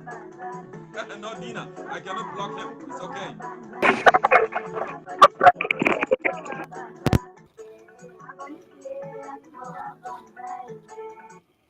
Bakumba. What's going on, man? It's good to see you. Welcome to Concerned Citizen of South Sudan. So thank you. It's good that I cut you off so you can listen to Dr. Hakim Dario. You have listened, and now we can get your perspective. Go for it. Well, thank you so much for giving me the opportunity. It's gonna be only 5 minutes, because today a lot of people, and I want them to participate. Go ahead. In fact, I want less than that, because I think Dr. Hakim has elaborated so much, and I think his eloquence in presenting all the points have probably won a lot of hearts, and I really I've seen that a lot. I give him thumbs up for that, and I think we all want people who could articulate things and who could really speak the truth and not fear what the consequences are. But first of all, Jongkor, how is Seattle, man? I hope you're enjoying yourself. I said this, Seattle is the most beautiful city in America, and instead of Washington, it's the most nice and beautiful. Everybody's good here. We have the ocean, we have the forest, we have rains. It's healthy and it's good, That's good. I feel bad for people of Utah. Go ahead. Well, what really made me very interested is that kind of new invention of the phrasing by, he said, Dr. Luka Manoj. He said some kind of political piracy. I think that's Dr. Luka Byung, political. Yeah. Yes. That word caught my attention. I'm like, we are so good in rephrasing and creating things, but we are not good in creating solutions. And I hope, if we are that creative in making all these new terminologies, why can't we be creative in in resolving our issues. That's what really caught me. So anyway, I wanted to know more, but as Dr. Hakim has elaborated and talked much about it, I think it is understandable now, and I know why he did that. Well, one thing I wanted to say is SPLA, SPLM is in fact one desperate entity. I think in one way, if I can create my own terminology, I could say SPLM is a terminally ill entity. It's like somebody with a cancer that in one way trying to fight for its or his survival. And as you put the questions in there, why are the FDs, interested in the reunification? Of course, addition to what Dr. Hakim has said, the FDs, of course, were like, a body that was standing without ground. As you know, most other organizations opposing the SPLM government either have troops or have really a much elaborated, organization. And FDAs didn't really have any. It's just a few guys who stood together, have disagreement, but don't really have, a big organization. So they were like, hanging in there. But I think they are going back is got two things. Is either to say, you know what, SPLM has gotten a very bad image in the country and in the world. And so we, the FD, can give you back that kind of credibility. If you take us in, we know we are the vanguards of the SPLM. And kick out the pirates. I mean, the other people who are now with Salva Kiir, these guys are just like some people who are not, I mean, you could say pirates because actually they were not part of the SPLM original team. And people are accusing Salva Kiir of disowning the SPLA vision and losing that kind of vision that Garang has created for South Sudan. And so these people, when they got kicked out, they say, you know what? I gotta go, my friend. Yeah. So that's one thing that the SPLM FDs are going to give to Salva Kiir. And the other thing, of course, is that, the SPLM, might be trying to say, okay, if we don't rebuild right now, like Dr. Hakim has said, we are likely to lose, control of this. And because they are realizing that the people are beginning to claim power back, because the power actually, the authority of the country belongs to the people. But of course, they are trying to continue this kind of propagation of that we, the SPLM or the party, are the one that are in charge. But in fact, they are not. They are only borrowing, the power of the people. And so now that the people are beginning to fight back and say, we want that power. We want people we put there that are going to listen to us, that are going to do things according to our intentions. And the things that we want is peace, is protection of our rights. As Dr. Hakim has just said, we want the protection of our rights. We want the freedom of expression, and we want to choose, the programs that we want, not to be dictated upon. And so they see this thing is beginning to galvanize the whole society, and they are really under threat. And of course, the FDAs are also going to give this guy, an opportunity maybe to make an arrangement. As you said, is there an exit strategy for Salva Kiir? It could be, he could work. But of course, like Hakim said, if we allow them just to make that arrangement and say, okay, we can relieve you, we can let you go and give you a package for retirement. If you agree to relinquish your power over the country, we will give you a package to retire and go peacefully and give you what they call an honorable discharge. And you can enjoy your life after, the government and be peaceful wherever you live and be a happy man. And then we, the younger people or the people, can carry on with the country. That could be another thing that Salva Kiir and the SPLM are seeing in the FDs. But of course, are we going to just let them get away with that? Even the FDs, they have a hand in there. All these other people have a hand. So I think what Dr. Hakim said about the people getting involved and holding the SPLM, what they call in what, Reunification. holding them accountable. You know, I think that is the thing that we need to do right now as the general population of the country. We need to be participating, and we need to allow the people to be But the one driving. Lino, sometimes we Yeah. get out the hook. People get out the hook, and they divert it from the real issue to something has nothing to do. And I asked that question actually to Dr. Hakim because we cannot win, if we are, disintegrated. If we are just, kutla bejai, we cannot win. So do you believe sometimes shaming the community is a solution, or should we go after the SPLM elites and the president and the government instead of going, after the communities? I don't see any winning argument right now. Are you on the same page with me? I see what you're saying. I think, I mean, what the government of South Sudan has done to the people is create sentiments, division among the communities. And I think it is coming from the playbook of divide and rule. If you make the people fight among themselves, you weaken their prospect of getting together. You weaken them so much that they won't even be, looking at you as a target. They will Yeah, be you're looking right. at, You're yeah, right. they But will I'm be talking. looking at other smaller groups and other. So you get this group, you But get I'm talking about, group, I'm talking yeah. about the political, the intellectual, those who know something are the one that playing that kind of dirty politics. So they want to galvanize their base. Oh, I should, play this rhythm, and this is the rhythm that people on my background they would hear it, and then they will support me. But do you think that's a winning argument when I said, oh, Jongkor is bad actually, or Lino is bad actually because he's from Didinga or he's from Tobosa, he's bad actually. That do you think that's a winning message?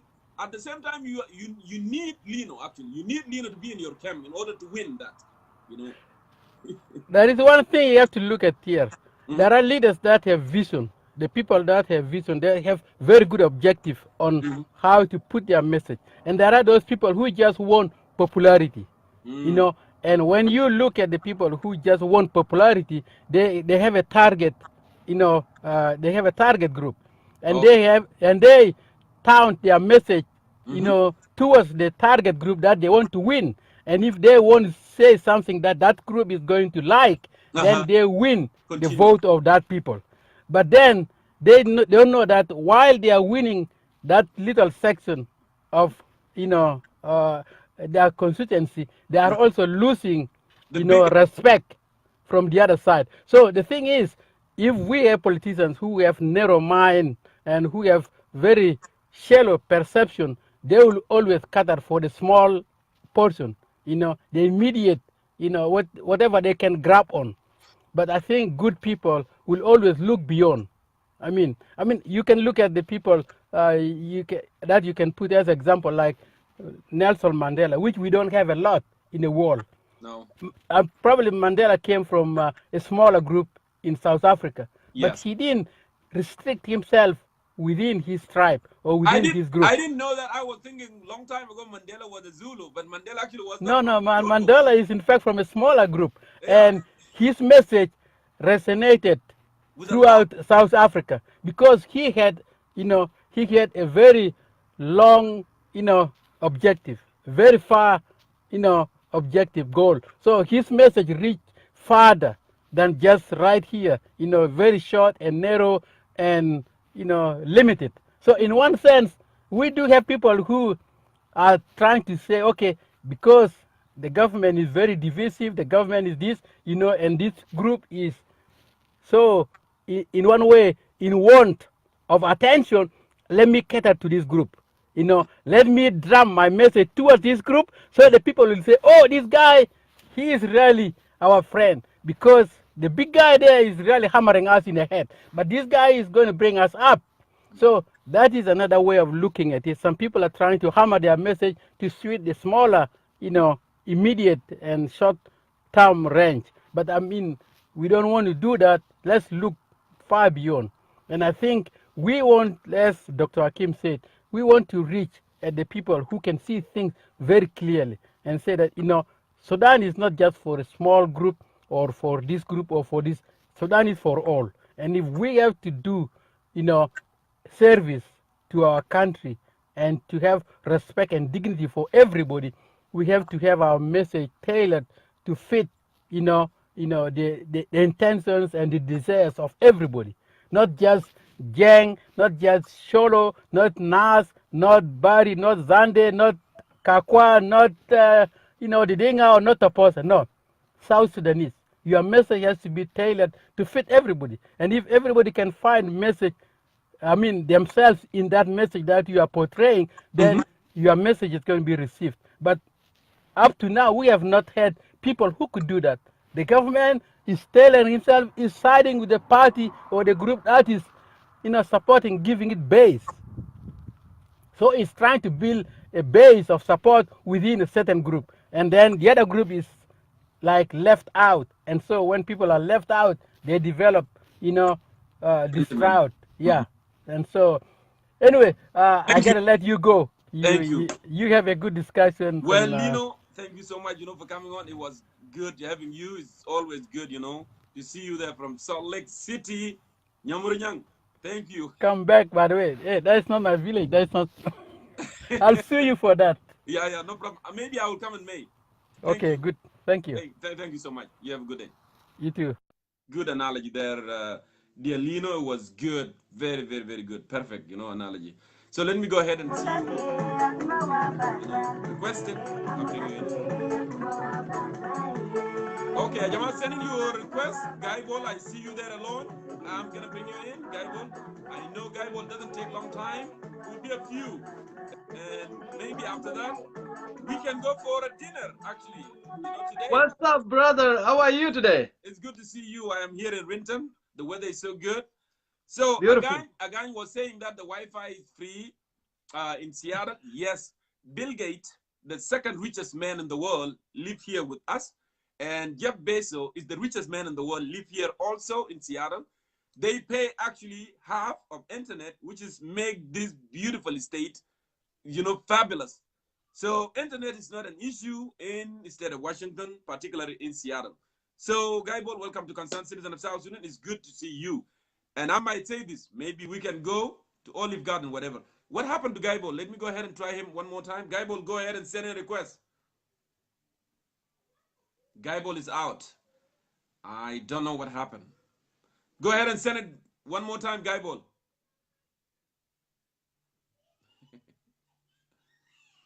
So...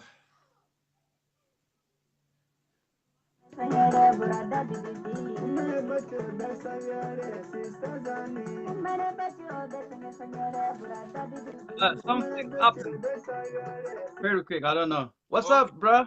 It went off for some reason, but go ahead, Guyball, with your insight. Let me see here. So, thank you, Jongkor, and the viewers. This good show for all South Sudanese, and we are fighting so hard on social media to make our country the best place to be. So why not? Why not we do it in outside South Sudan? Because the next generation leader will be us, not those who are destroying South Sudan. So social media is a very good platform so that we can use. Go ahead, Guyball. Guyball, you have issue with internet. I don't know, my brother, today, what's going on. It is Saturday, and it shouldn't be that way because we are in Seattle. The internet here is fabulous, so I don't know what's wrong. I'm calling you back. It's adding up. Just go ahead and answer from the one that adding up. Is it your area or mine? I don't know why. No, I have Comcast. I have Comcast. Yeah, Comcast. I'm using Comcast. We are using Comcast, so something wrong. Anyway, it's okay. Let's try this one again. Like I said, and we are part of South Sudan, and we will be the only solution to solve the ongoing conflict in South Sudan. This is a good show.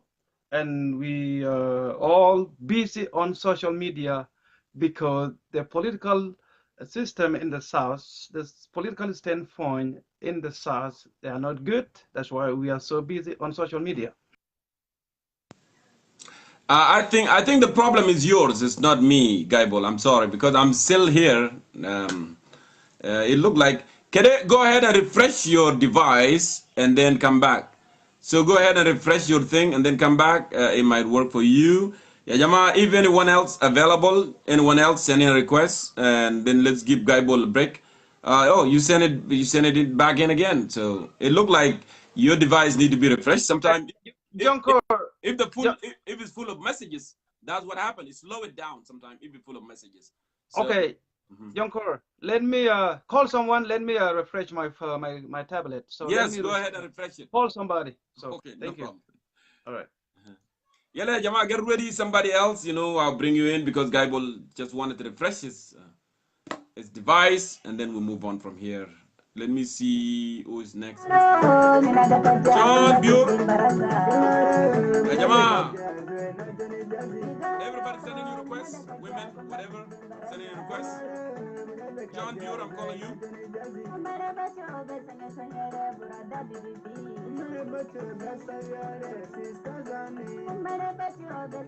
I'm calling you, John Buer. John Buer, go ahead and answer.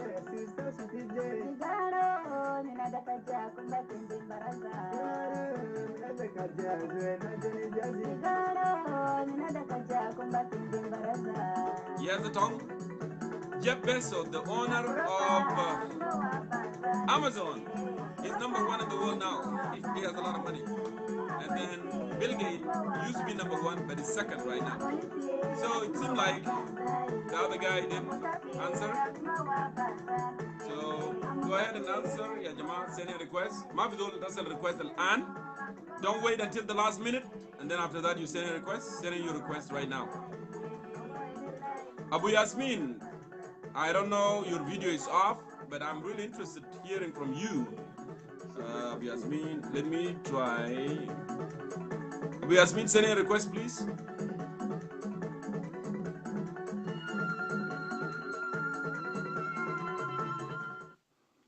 Okay. Go ahead, Ajama. I'm calling you.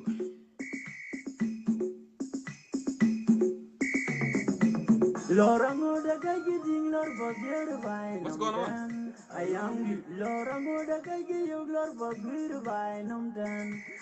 Something wrong.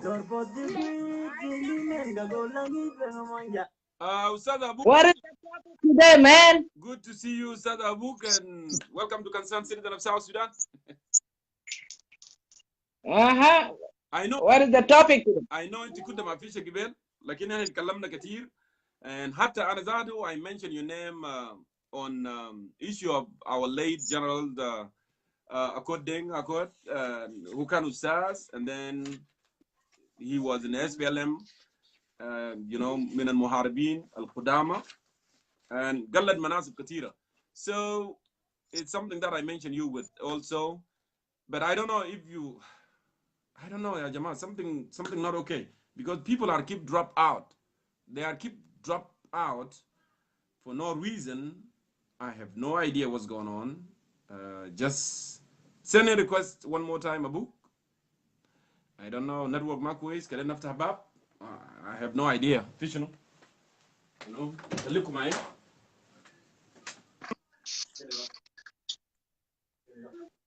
Hiya, Jongkor.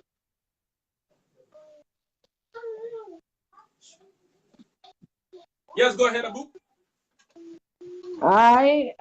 You know, yang chol kwane liwen. Yes, I call you. Ana data kuinti kunde mapisha.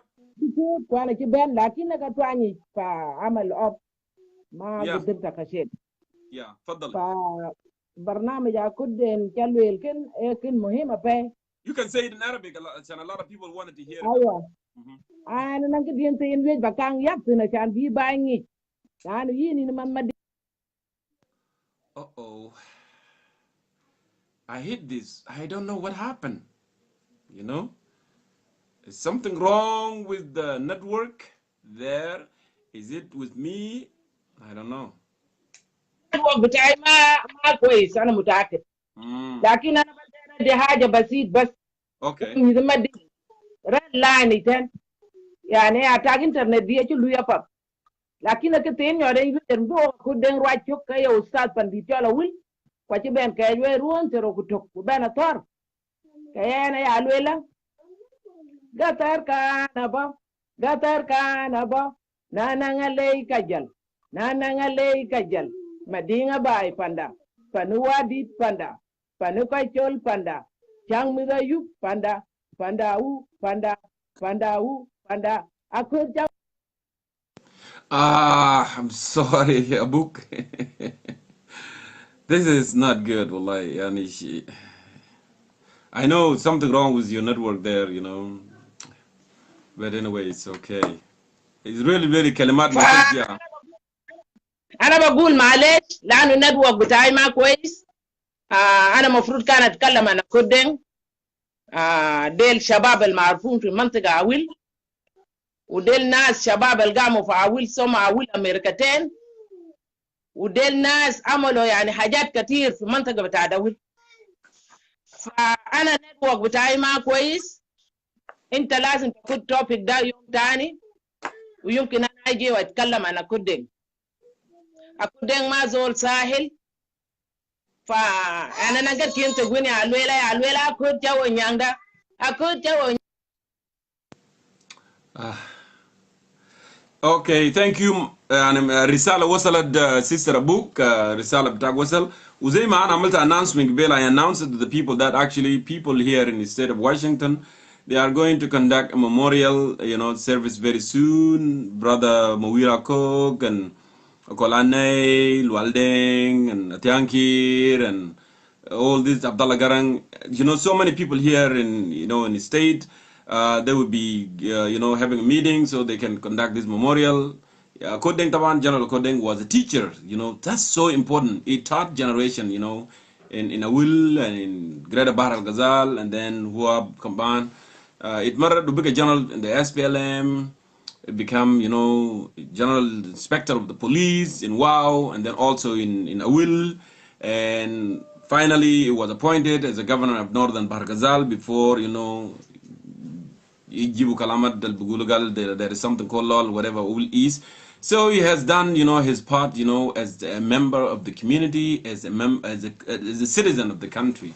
So that's why here there will be, Haflat Abin Le Wafau, inshallah. So I wanted to remind people here who are in Seattle in particular, that's something that's going to take place very soon. So thank you so much. Let's move on now with the program. And yeah, go ahead and send in your request, my dear brothers and sisters, and I can bring you and then we can hear from you as well. So, Guy Bola, I'm going to try one more time and see if this thing is not working. That means there is something wrong here with my network. And I hope it will be good now.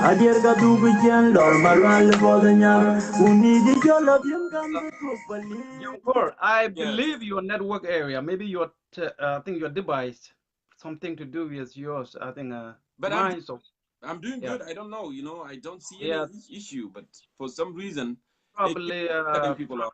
Yeah. So maybe if your device, connect to different network like 2 to 3, sometime it happen like that. You need to clear your connectivity sometime. Anyway, let's try. Yeah. Probably it will work well. Anyway, thank you, Jongkor, and the viewer. This is a good South Sudanese discussion. Social media discussion, particular on.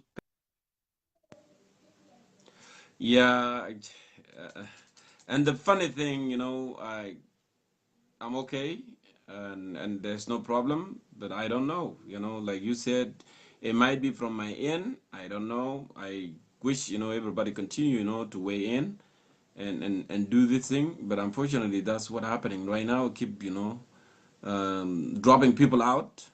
So I have no idea what's going on with this thing. So let me see here. And we continue. So I'm calling you right now, Abdullah. Go ahead and answer that. Hopefully it will be okay. And we move on. Move on from here. I think some people are just calling sometime. yeah, if some people are calling, it can be problematic as well, but it shouldn't be that way.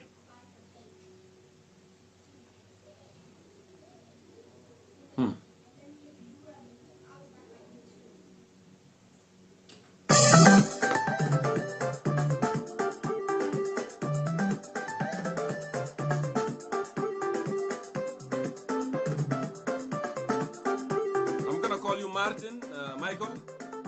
If this thing happens, Hello? then I have to find a way. Hello, brother Jongkor. Alan was Alan. Good to see you. It's been a long time, bro. I know. Good to see you. How are you? I'm doing well, man. I'm doing well. By the way, let me greet your audience. My name is Michael. I don't have anything much to say. I just want to follow what Bol tell you earlier. I seen you've been bringing people and people been cut off. I think from your network, you need to refresh your phone. I know that is hard to go out and come back. Yeah. But do that as you, it will be maybe okay. Yeah, I see that there is a problem actually with my network. It look like there's something. Yeah, not quite sure why it's happening. And yeah, I see that. So let me see this. I apologize, Jama. I really apologize. You know, so hopefully that's not gonna happen. So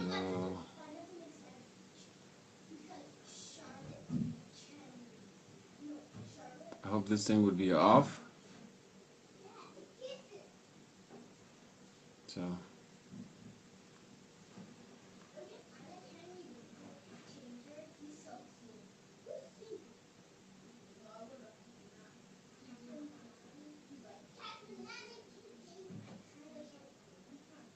give me one moment here, my dear brothers and sisters.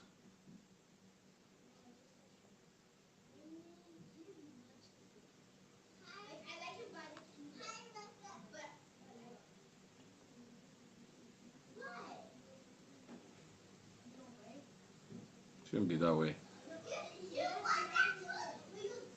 Okay. Let me try this one more time, and then if it didn't work, and then maybe we can call a day, and we can do it, you know, later. So, but hopefully this thing will be fine. I didn't want, you know, to go out and then come back. It's not an ideal for me sometimes, you know, to cut it off and then come back. It's not a good thing, you know. But I'm trying, you know, to do as best I can do here.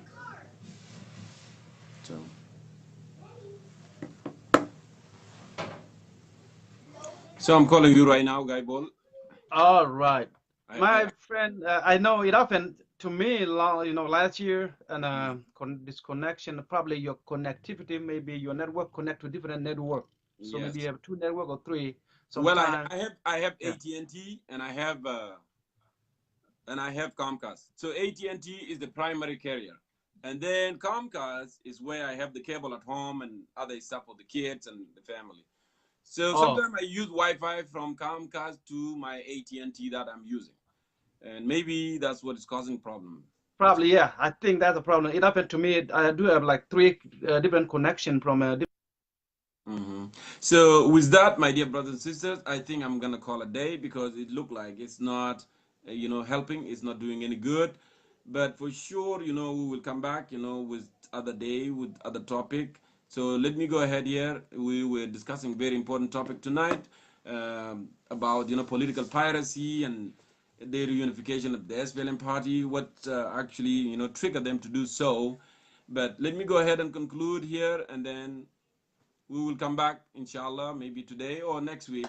And خليكم مثلا في حفظ الله ورعايته, inshallah. Thank you so much. So let me go ahead and do this, and then we are calling the day. I apologize. We should continue so we can have more and more, but unfortunately that's what happened. I don't know, this is really was not okay. Let me give another another 1 hour segment. Then we close this, then we come back and see what's gonna happen. Africa.